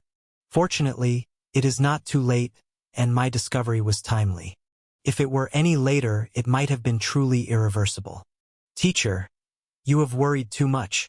Bowing his head in guilt, standing aside, even though he didn't know why the elder was reprimanding him again. The middle-aged man was already used to it. After all, during the past centuries, the facts had repeatedly shown him that if he didn't understand why the teacher was angry, it likely meant he hadn't seen the root of the issue. And each time, the outcome proved the elder's foresight. Forget it. It's been so many years. If you could change, you would have already. At this point, there's no need to change anymore. Come, let's proceed to the next step. Shaking his head slowly, the elder only felt his body starting to tremble. The power of time is not something mortals can pry into. Without truly undergoing the sublimation process from nothingness to something on their own, they cannot be exempted from the reverse flow of time. In less than a second of external time, he not only exhausted the vitality restored by the last star blood potion, but also used up what little lifespan he had left. Thankfully, a turning point was soon to come. Erwin, go. Although you are still young, you should also have begun to feel the urgency of life. While preparing for the next ritual, you might as well taste the flavor of the Fountain of Youth. After all, myths record that the golden chalice of the goddess of life holds divine water, which can cure the sick and rejuvenate the elderly. Yes, teacher. This time, there was finally a hint of joy and longing in the middle-aged man's tone. With the hunt successful, it was time for him to enjoy the fruits. With a flash of his figure, he arrived at the pitch-black space still enveloped in a fractured space, carefully smoothing the spatial fluctuations nearby, afraid of causing any unintended consequences. The 11 Rings Great Sorcery Destruction Singularity carried multiple top-level casting techniques added by the Elder during the process, ultimately combined in a clever way without causing any repulsion. Faintly, its power had already surpassed a certain limit. In essence, the previous 10 Rings Sorcery Great Spacelock was not meant to restrain the Goddess of Youth but to pacify the spatial disturbances caused by the Destruction Singularity, preventing too much attention. As for restraining the Goddess of Youth, that was wishful thinking. If she had lost her divine power shield and all her resistance, the Elder wouldn't need to restrain her. Conversely, if she could still use her divine power to resist, the 10 Rings sorcery wouldn't be able to stop her from leaving. Soon, with the release of sorceries to pacify the space, the sorcery that consumed most of its power on the deity finally calmed down a bit. Carefully guiding the sorcery, soon, a tattered corner of a skirt emerged before Erwin. Ha! Momentarily stunned, it wasn't until he completely drew Hebe out that the middle-aged man realized. The divine body, which should have been torn to pieces by the twisted space, was remarkably intact, showing no signs of damage. Moreover, the pale green dress on the Goddess of Youth, made from some unknown plant fiber and already tattered, was restoring at a visible speed. Apart from the copious divine blood spilled around, the middle-aged man could hardly tell that this was a deity who had suffered severe injuries. Is this youth? Even plants made into clothes are influenced, let alone beings like me who are truly human. With a heart pounding vigorously, he resisted the urge to swallow the spilled divine blood. The middle-aged man knew that unprocessed divine blood couldn't be used. He merely summoned a magic rope to bind the former, then took the legendary golden chalice from her hand. This was the true Fountain of Youth, capable of granting one the ability to turn back time on their age. At this moment, the golden chalice still had a small amount of remaining azure liquid. The middle-aged man hesitated for a moment, then tipped a drop into his mouth. Instantly, an unparalleled wonderful sensation surged within his body, spreading through his veins to his limbs and bones. In a trance, it felt as though his soul had become lighter. Touching the corner of his eye, the middle-aged man realized he could no longer find the fine wrinkles there. "Teacher, this is the goddess of youth and her golden chalice." Taking a deep breath, suppressing the inner longing, the middle-aged man returned before the elder, respectfully indicating, very good, very good." Taking the golden chalice with trembling hands due to weakness, the elder scrutinized it repeatedly for a long time. Even though the goddess of life was not actively activating it, the water inside was hardly able to continue regenerating. But what remained was still enough to restore his youth more than once. After a moment of silence, the elder handed the golden chalice back to his student. "Go, reclaim my lost years." "Yes, teacher." Nodding solemnly, the middle-aged man turned around and looked at Nafplio, now a dead city. Blood, energy, and vitality had long faded in the sacrifice. Only shriveled corpses filled the streets.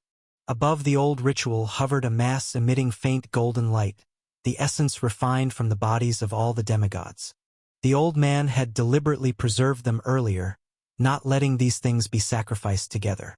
As for their use, the middle-aged man had long known. Although he had never seen it, he had heard of such an existence from his teacher.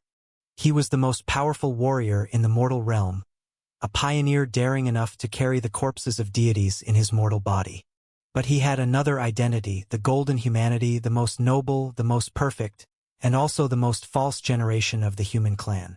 Mythology records when the ancient beings created them, the gods dripped their divine blood, gathering into a river, and then under the fusion of life, they were restored to their original form, achieving the initial golden generation. As a result, they were born long-lived yet not restricted by being demigods. Born with physical bodies comparable to high-level professionals, yet only see it as an instinct. In some versions, even the goddess of the magic net was once a member of the golden humanity.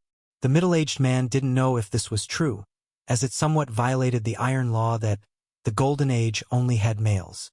Only when Erwin thought of how she ultimately became a deity did this rule seem not so absolute. Whether it's true or false, it no longer matters. With real divine blood, we can't erase the will of the deities within it and restore it to its original state. Creating souls we can't do, nor have we ever tried, as that is a taboo the church cannot cross. The legendary life face, we don't have it, otherwise why bother targeting the deities? But though we don't have any of these things, we aren't aiming to create a race or a civilization. All we need is a body. Life residue, the core material of the star blood potion, is extracted from the essence of living beings. The essence of demigods, though it can't compare to real divine blood, lacks the indelible divine influence and will of the deities. The cup of youth, its power can return the blood of demigods to its original state, eliminating postnatal changes. Even the goddess of youth herself, her existence, can bring an unseen influence to the entire ritual. In addition to this, the old man's preparations were many, such as the ritual Achilles once performed: soul-splitting, flesh regeneration, Styx river erosion. The reason he supported Chiron was not out of respect for his predecessor, but to access higher domains through the channels of the goddess of the magic net's apprentice, to gain forbidden knowledge. Erwin knew all of this, and he himself was the executor. And now, he was going to put these preparations into action personally. "Who?" Flying into the city, the middle-aged man raised his hand to activate the previously laid ritual track. Of the 3 rituals arranged under Nafplian City, the first had already been used. Now it was the second one he activated, life-refining pseudo. The reason it was pseudo was that the old man believed he couldn't create a body comparable to that of the golden humanity, so he made a distinction. But to Erwin, the latter was the domain of the primordial gods, and mortals had no need to compare themselves to them. The first body, let's make it for the teacher. After all, to break through the limits of self-generated divinity and longevity, the teacher obtained divinity from the god of the stars and tried various methods to erase the will within it. However, divinity is still divinity.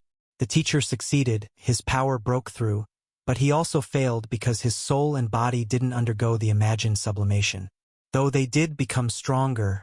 And unlike the divinity bestowed by deities which locks the advancement of spellcasters' souls, from then on, the teacher bore the burden of the external divinity.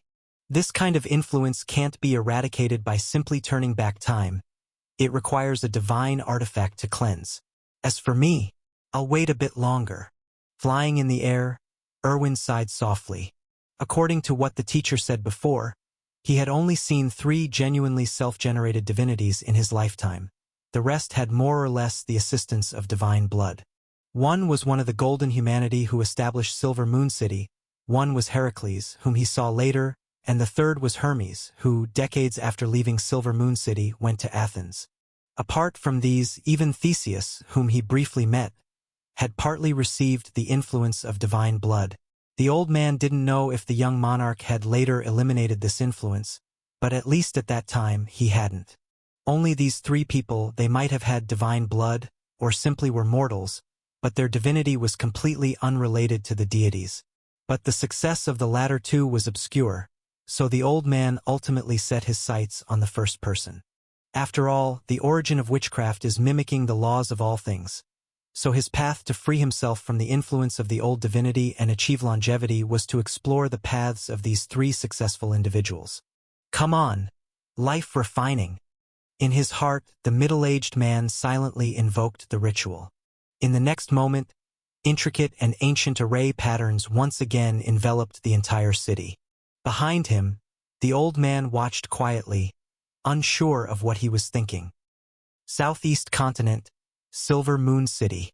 In the abandoned area of the city, silver-gray hair draped over shoulders. The young-appearing archbishop seemed relaxed still on the surface, but the centaur could see a trace of solemnity in his eyes. According to the original plan, the 2 of them shouldn't have been here at this moment. After all, it was almost evening, and so many years had passed. There was no need to rush to eliminate hidden dangers at this very moment. However, as soon as Chiron left the temple, the young man chased after him. He told the centaur that because of their earlier discoveries, the place that couldn't be spied on had long been under heightened surveillance. And just now, there was an abnormal and powerful surge there. The aura of divine power was concealed, but the true god's law disruption in the material world caused by utilizing divine power was not something the artificial magic net could block. So, without a doubt, something must have changed there. It seems rather ominous. Lord Chiron, please lift the blockade here. Okay. With a deep voice, the centaur decisively nodded. Stepping forward, he directly began to communicate with the nearby strings of the magic net.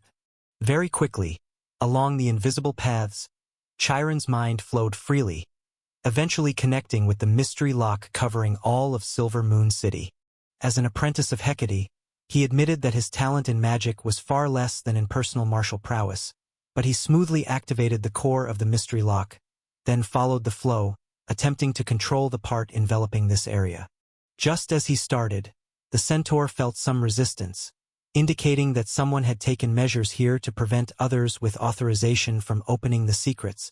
However, this obstacle might hinder any tower master of the clock tower but could never stop the student of the goddess of the magic net. With a bit more effort, Chiron tore through the barrier, severing the mystery lock's concealment over this area. At the same moment, the entrance to the underground palace was revealed in their perception. His expression unchanged. Only the smile carried a hint of coldness.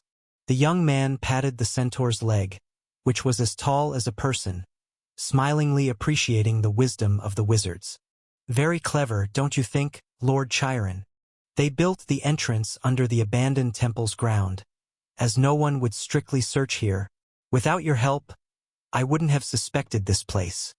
I wouldn't have believed they were so brazen. That's what you're trying to tell me. The thought flashed through his mind, and the centaur slightly bent to argue a bit on behalf of the other wizards. Your Excellency, in my perception, This was done by one of the 12 clock tower masters. His name is Irwin. He is the least talented among the 12 tower masters. Perhaps that's why he used his and borrowed others' permissions to link the mystery lock with his creations, and ultimately conducted forbidden research here. Yes, I understand. Lord Chiron, I believe that's your honest belief, and I am willing to believe not every wizard is inherently evil. Raising his hand with a smile, the young-looking archbishop stopped the centaur's defense. But let's first go inside and take a look. As for how to deal with it, let's talk about it later. We'll talk about it later. Let's solve the immediate problem first and then settle the score in autumn. Chiron could of course hear the underlying meaning in the young man's words, but he also felt a bit torn at the moment, because although he hadn't participated in the wizard's experiments, he indeed believed he had used their research outcomes. We'll talk about it later. Let's solve the immediate problem first and then settle the score in autumn. Chiron could of course hear the underlying meaning in the young man's words, but he also felt a bit torn at the moment, because although he hadn't participated in the wizard's experiments, he indeed believed he had used their research outcomes. I don't know what they're up to this time. Before, they were splitting souls and creating life boxes. Could they now be involved in thought creation or memory rewriting? Not very sure, because the centaur remembered that the grand sorceress named Irwin seemed to have mentioned this matter unintentionally before. Only after his repeated questioning did he state that it was just a failed idea. They couldn't bestow thought upon something that originally had no wisdom, and altering the memories of living beings would only overwhelm their souls, leading to self-destruction. In their expectations, unless they could get close to the divine authority related to souls, memories, and minds, at the very least they would need to complete a soul transformation and reach a legendary existence in the realm of minds before they could possibly accept such modifications. Even so, it would cause their minds to irreversibly become chaotic and collapse. Although their expectations were never verified, they couldn't possibly conduct the verification. After all, such existences were rare in the entire mortal realm, and it was impossible to use themselves as test subjects. So after studying the sacred power granted to the godhood practitioners by the goddess of beauty, the wizards with spells like charm humans had long since ceased similar research. At least until then, their research into souls and memories wasn't aimed at desecrating the divine, but merely to pry open the door to immortality. Therefore, Chiron finally believed their explanation, only making Irwin sign a devil contract that the goddess of the magic net had somehow obtained, promising never to restart this research. Words can lie, but contracts do not. Even my teacher admitted that the devil contract has a binding force on non-divine beings, so he couldn't break free from it. With this in mind, Chiron opened the secret passage and entered the dark doorway leading to the depths of the underground palace. As they walked through the long stone corridor, candles lit up without any fire. The tall archbishop trailing behind, his silver-gray hair cascading over his shoulders, frowned slightly. He vaguely smelled that special scent, not the rancid smell of burning animal fat, but a faint and refreshing fragrance. Is this the special lamp oil synthesized by the wizards? He searched his mind but couldn't identify the source of the fuel, so the young man simply asked. Even before him, the tall silhouette of the centaur didn't recognize the oil either, but a sense of foreboding arose in Chiron's heart. I don't know either.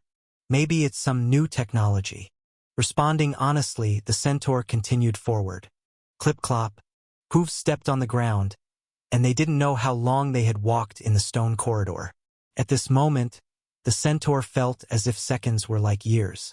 Only when the bend was in sight did his steps finally stop, just around the corner, and perhaps the true secret of this underground palace would be revealed. Hesitating for 2 seconds, Chiron wavered, but under the calm and increasingly deep gaze of the person behind him, he ultimately took a step forward, rounding the final obstacle. Archbishop, it should be here. Taking a deep breath, the centaur was about to speak, but his voice halted abruptly. His tall body froze in place, but behind him, the young man seemed as usual. How is it? Taking a step forward, the archbishop still smiled. Hecate's student, what did you see? Sis. He snuffed out the divine eye, his tone icy and curt. Yes, they were spellcasters, not mortals who could only observe with their eyes. Chiron was unwilling to accept reality prematurely, but that didn't mean everyone was like him.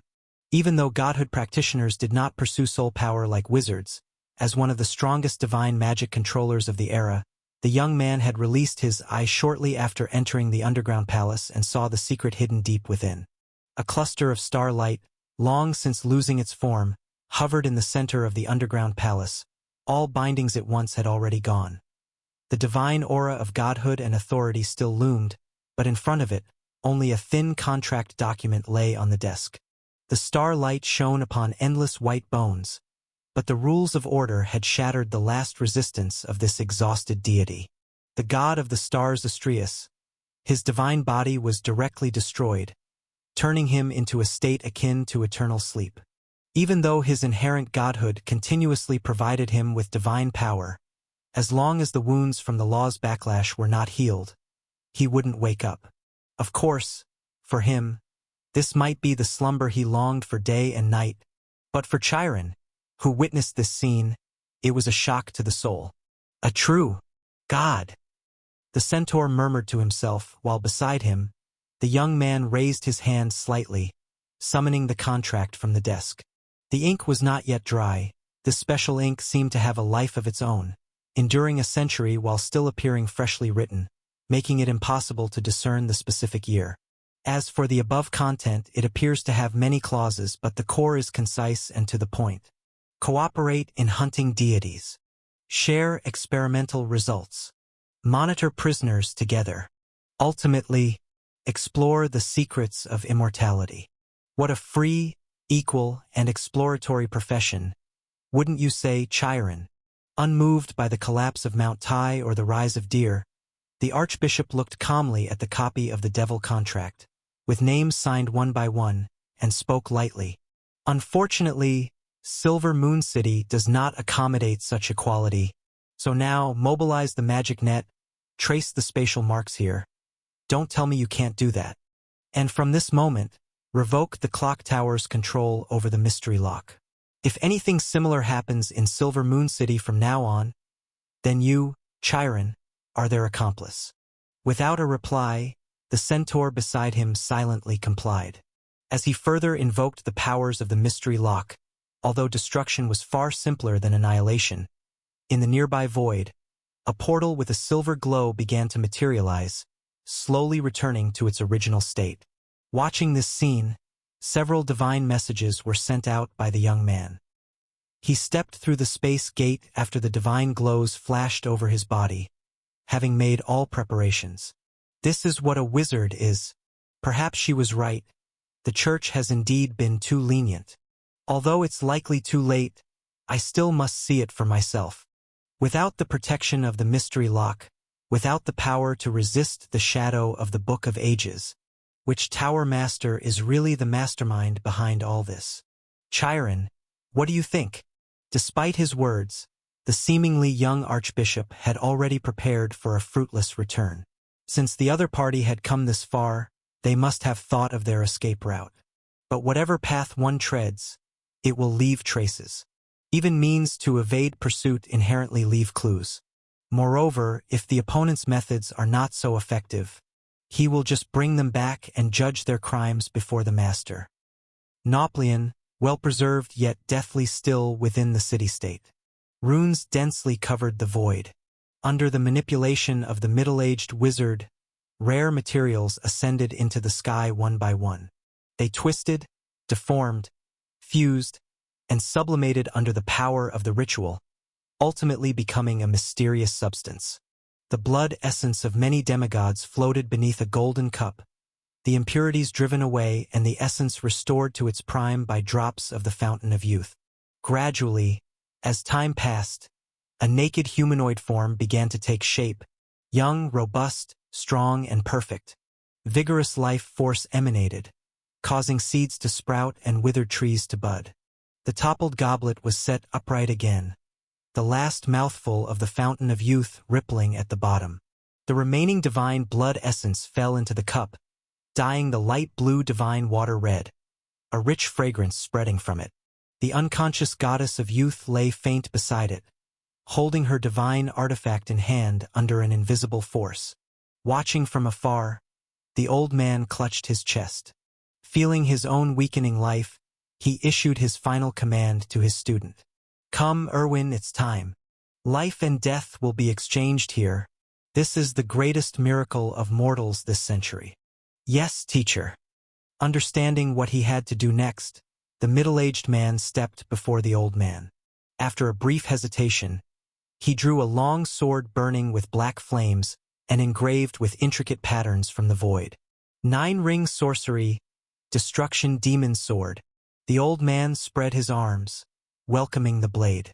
With no hesitation, Erwin thrust the sorcery-forged sword through the old man's chest. The sorcery mimicking destruction and death instantly terminated the old man's physical life force, severely damaging even his soul. However, the ritual was not yet complete, so the ritual track built upon the first sacrificial rite treated his death as a sacrifice, paving the way for the birth of new life. After a moment of darkness, when he felt the outside world again, the old man's fragmented soul had already awakened in the new body. As he opened his eyes, his heart began to pound violently. The long-lost vigor and strength surged through his veins. The old man tried to speak, but at that moment, a wave of intense dizziness hit him. He knew why. This was the pressure of clustered divinity. Even though the destruction demon sword had shattered his body and severely damaged his spirit, as long as his soul was not completely annihilated, this connection could never be severed by mortal power. The divinity of the star cluster, it indeed remains. Unsurprised, the old man understood that this was the wizard's fate. Even at the same level, wizards possess far greater strength than war professionals, but the price is a much more difficult path to ascend. In the eyes of human demigod legends, refining divine blood and extracting divinity is the biggest obstacle to becoming a demigod. Even Medea, who mastered it 500 years ago, refrained from acting. Because unlike war professionals, the independence of a wizard's spirit and will is a precondition for ascension, and the divinity extracted from their own divine blood inevitably carries the influence of their bloodline origin. Thus Medea, with divine blood, had to spend millennia erasing the lingering will in her bloodline bit by bit, whereas the old man without divine blood, even if he used external forces to extract and eliminate the influence of the god of the stars on his divinity, the foreign nature of this power naturally repelled him when he ascended to demigod status. In the end, not only did it not extend his life, but it became a heavy burden that oppressed his flesh and soul. By now, the old man had completed his bodily transformation, but the influence of the god of the stars' divinity had become even more severe due to his wounded soul. Fortunately, all of this was expected. Forcing himself to stay strong, the old man's nearly shattered soul was very calm beneath his handsome and perfect body. Since the power of the mortal realm cannot remove this influence, then why not I become a god? Even if it's momentarily falsehood, it would be enough to erase Astrius' remnants within me. Taking a step forward, looking into the vacant eyes of the youth goddess, the old man took the golden cup from her hand. Clear, light red liquid swirled in the cup, its rich aroma intoxicating. According to mortal legends, on the majestic Mount Olympus, the youth goddess Hebe was the daughter of the heavenly empress and the divine king, and she was the priest who poured nectar for the gods at banquets. Only the most noble deities were qualified to enjoy the nectar flowing from the divine golden cup, but now, he accepted it as a mere mortal. On the earth, the second ritual of life creation was still in operation. As a new life, aside from Erwin who presided over the ritual, the youth goddess Hebe was the first being he saw, and she granted the old man the identity of a deity. This was the complete content of the ritual, life refining, the false god, and also the old man's most perfect masterpiece to date. In an instant, as the nectar entered his body, the false identity generated part of the real power under the effect of the ritual and the divine artifact.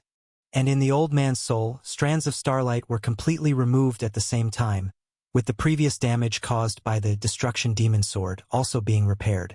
Rejuvenation, rebirth. Without the influence of divinity, The nectar from the golden cup of youth revived the decayed soul without further concern of intertwining with the power of the god of the stars. And in this process, there was almost no hindrance, as the old man extracted his divine essence from his body with the identity of a demigod. This was not difficult, at least not for him. And unlike before, the divine essence he extracted at this moment was no longer influenced by the deity's will. Due to the bloodline mixed with countless divine blood reaching a balance amid internal conflicts, even the power of the false god refined the divine essence further, bringing it to a relatively perfect state. At this moment, the old man knew that as a wizard, he was only a step away from truly and completely generating his own divinity. If he could define the path to ascension and form a preliminary complete framework, connecting it with his pure divine essence and ultimately letting it be imbued with his color, he would become a near god in the true sense, and even develop the 12-ring great witchcraft based on his path, becoming invincible in the mortal realm. However, this step he could not yet achieve. The path to ascension, I still do not have the confidence. But reaching this point is already enough. Feeling the vitality of his new body, the old man was satisfied. With sufficient life, I will walk the rest of the path myself. I can live for at least 10,000 years now. Unable to cross the final step, after all, spellcasters are different from war professionals. Their principles and methods of generating divinity naturally differ. So, facing this situation, the old man accepted it with pleasure. And with Hermes leading the way, having rid himself of old influences, this last step should not be a problem. I should leave. But before that, I have to handle the conclusion of this matter and give the successors a proper explanation.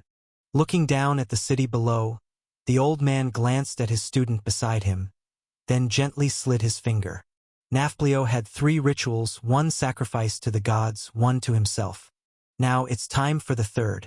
The issue of longevity was finally resolved, and deities were successfully captured, seeming as if all were joyous. However, the old man was well aware that many troubles awaited him after doing all this. A single youth goddess Hebe might attract the attention of the divine king. Moreover, the experiments of the god of the stars on flesh, memory, and even the essence of the soul, compared to these connections with the lower realm, were insignificant. A single youth goddess Hebe might attract the attention of the divine king.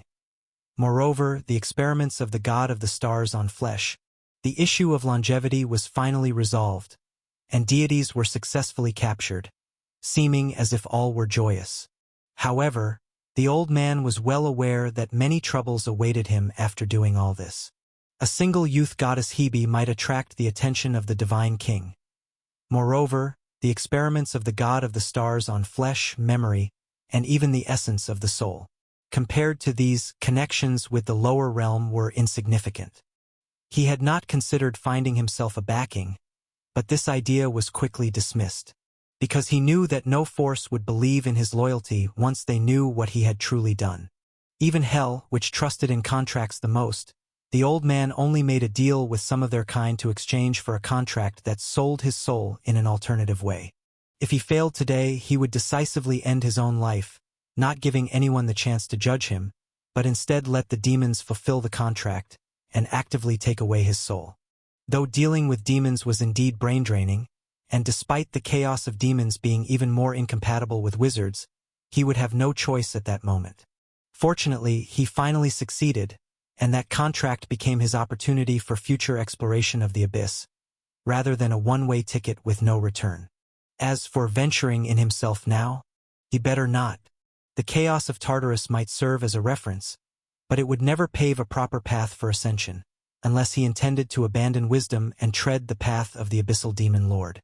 On this basis, even if the old man wanted to conduct a sacrificial ceremony directed at hell or the abyss, pushing all this onto them would be of no use. Because unless the Hell Master or the Abyss will personally respond to him, ordinary demons and demon gods, despite being able to block the divine arts of the Archbishop of the Church from peeping into the past, would definitely not be able to ward off the projection of divine artifacts summoned by angels or the King of all gods from Mount Olympus. So, If he wished to erase the traces he left here and the methods for those who came after to track him, he was left with only one solution: offering a sacrifice to an existence strong enough, who would not look down upon the pitiful offerings he prepared, and willing to take time out of their busy schedule to meet him. Such an existence can be found, but the problem is that even if found, I don't wish to confront them. Sighing lightly, the old man who was no longer senile beckoned his apprentice to come closer. "Teacher, have you succeeded?" With a hint of joy and desire, Erwin stepped forward. The old man had once promised that after him, Erwin would be the next wizard with the opportunity to tread this path. After all, even among several senior and junior brothers, only he remained loyal to the teacher, never defying.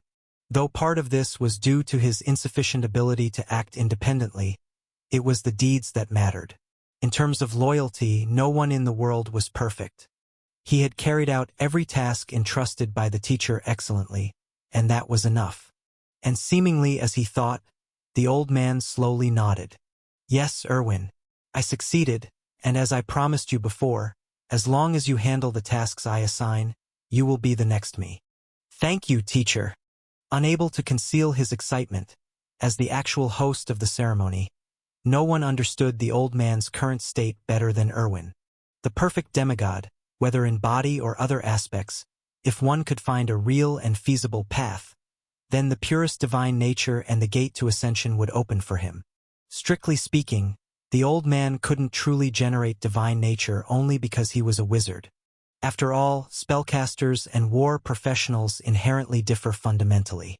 War professionals don't need to directly find their path to ascension to generate divine nature.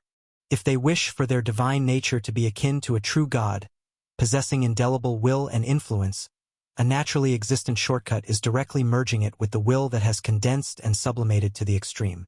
This fusion is not restricted by time or place. Whether fierce battles, deep-seated hatred, or grand ideals and visions, all could be stimuli for will sublimation. Because the path for war professionals lies within themselves, whatever their future path to ascension, the core that supports them to become demigods inevitably involves their will and belief, an indispensable part of them. Under such circumstances, however the future path unfolds, the divine nature formed by the sublimation of their own will would never conflict with it. So in this step, war professionals have an undeniable advantage. On the contrary, spellcasters are different.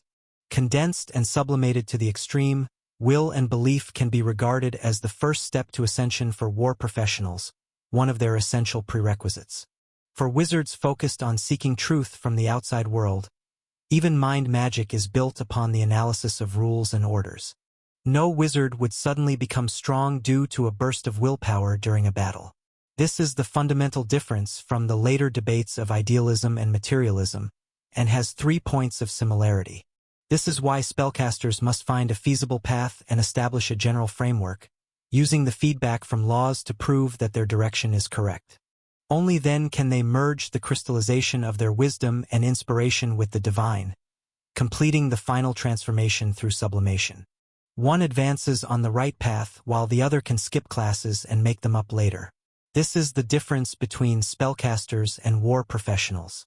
Perhaps in the future, spellcasters will find ways to bypass this condition, but currently, none exist. The correct direction, deemed initially acceptable by the rules, this is what the elder lacks, yet it's something Erwin never even considered. He only hopes to reach his teacher's level, and that alone is enough. Filled with joy, the middle-aged wizard felt that all his previous efforts were indeed worthwhile. But at that moment, seeing his student's joyous expression, the elder suddenly asked, "Erwin, teacher, you've always obeyed my commands, listening to me without question. This is why I was willing to give you promises. Remember?" "I remember." The middle-aged wizard nodded. "Yes, remembering is good. But after all these years, have you completed everything I asked you to?" "Of course." Without hesitation, the strong soul recalled his past, and the middle-aged man was certain that he'd never done anything to displease the teacher up to this day. "Is that so?" Nodding slightly, the elder neither affirmed nor denied it. He simply started talking about something unrelated. Erwin, do you know, as a wizard, it's not only Medea who likes to use crystal balls to divine the future like a goddess. I also like prophecies, but I rarely use tools. Instead, I directly observe the changes in the celestial phenomena. The myriad stars harbor countless secrets. Their movement reveals the world's rules. Until that day, shortly after discovering the deity who accidentally entered the mystery lock, a mortal named Heracles arrived in Silver Moon City. The church gave him the star shuttle I refined in my early years, which made me notice this exceptionally talented young man. But it was that meeting that filled me with sudden unease. Speaking slowly, the elder's voice was very calm. But teacher, you once said that the omens of spellcasters aren't necessarily good, and could potentially be the source of disaster. After hesitating for a moment, unsure why the teacher brought this up, the middle-aged man cautiously responded. Some dangers might not exist initially, but precisely because of inexplicable omens, people develop unnecessary vigilance, which eventually invites great calamity. This is something we should take to heart. Yes, that's what I taught you, Erwin. This is the terrifying aspect of fate. I am naturally aware of it. So after that day, I did nothing but observe the stars every night. With a faint voice, the elder recalled that night. I tried to find answers in the stars, or perhaps comfort. But later, you also know, on a certain night not long after, the heavens brightened, and white day stars appeared, with a spectacular sight of a red star crossing the sun.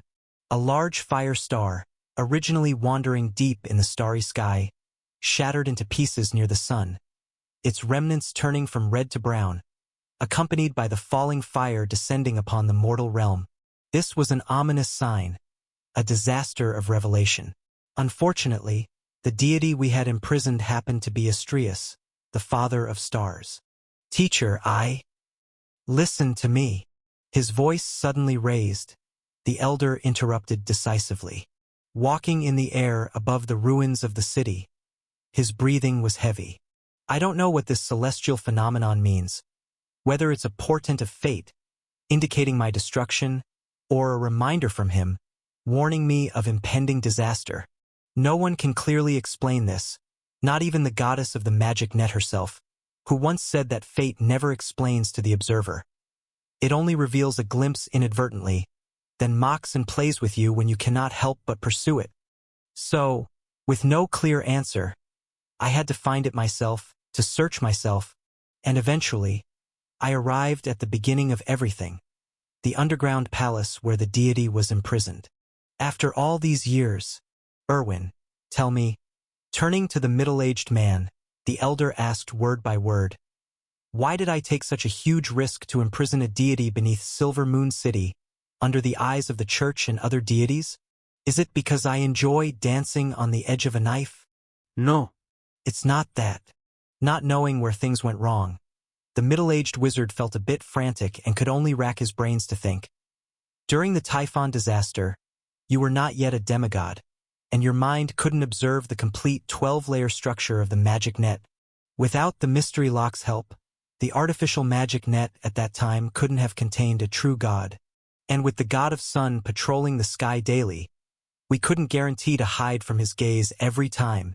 Finally finding a reason, the middle-aged wizard's mood stabilized a bit.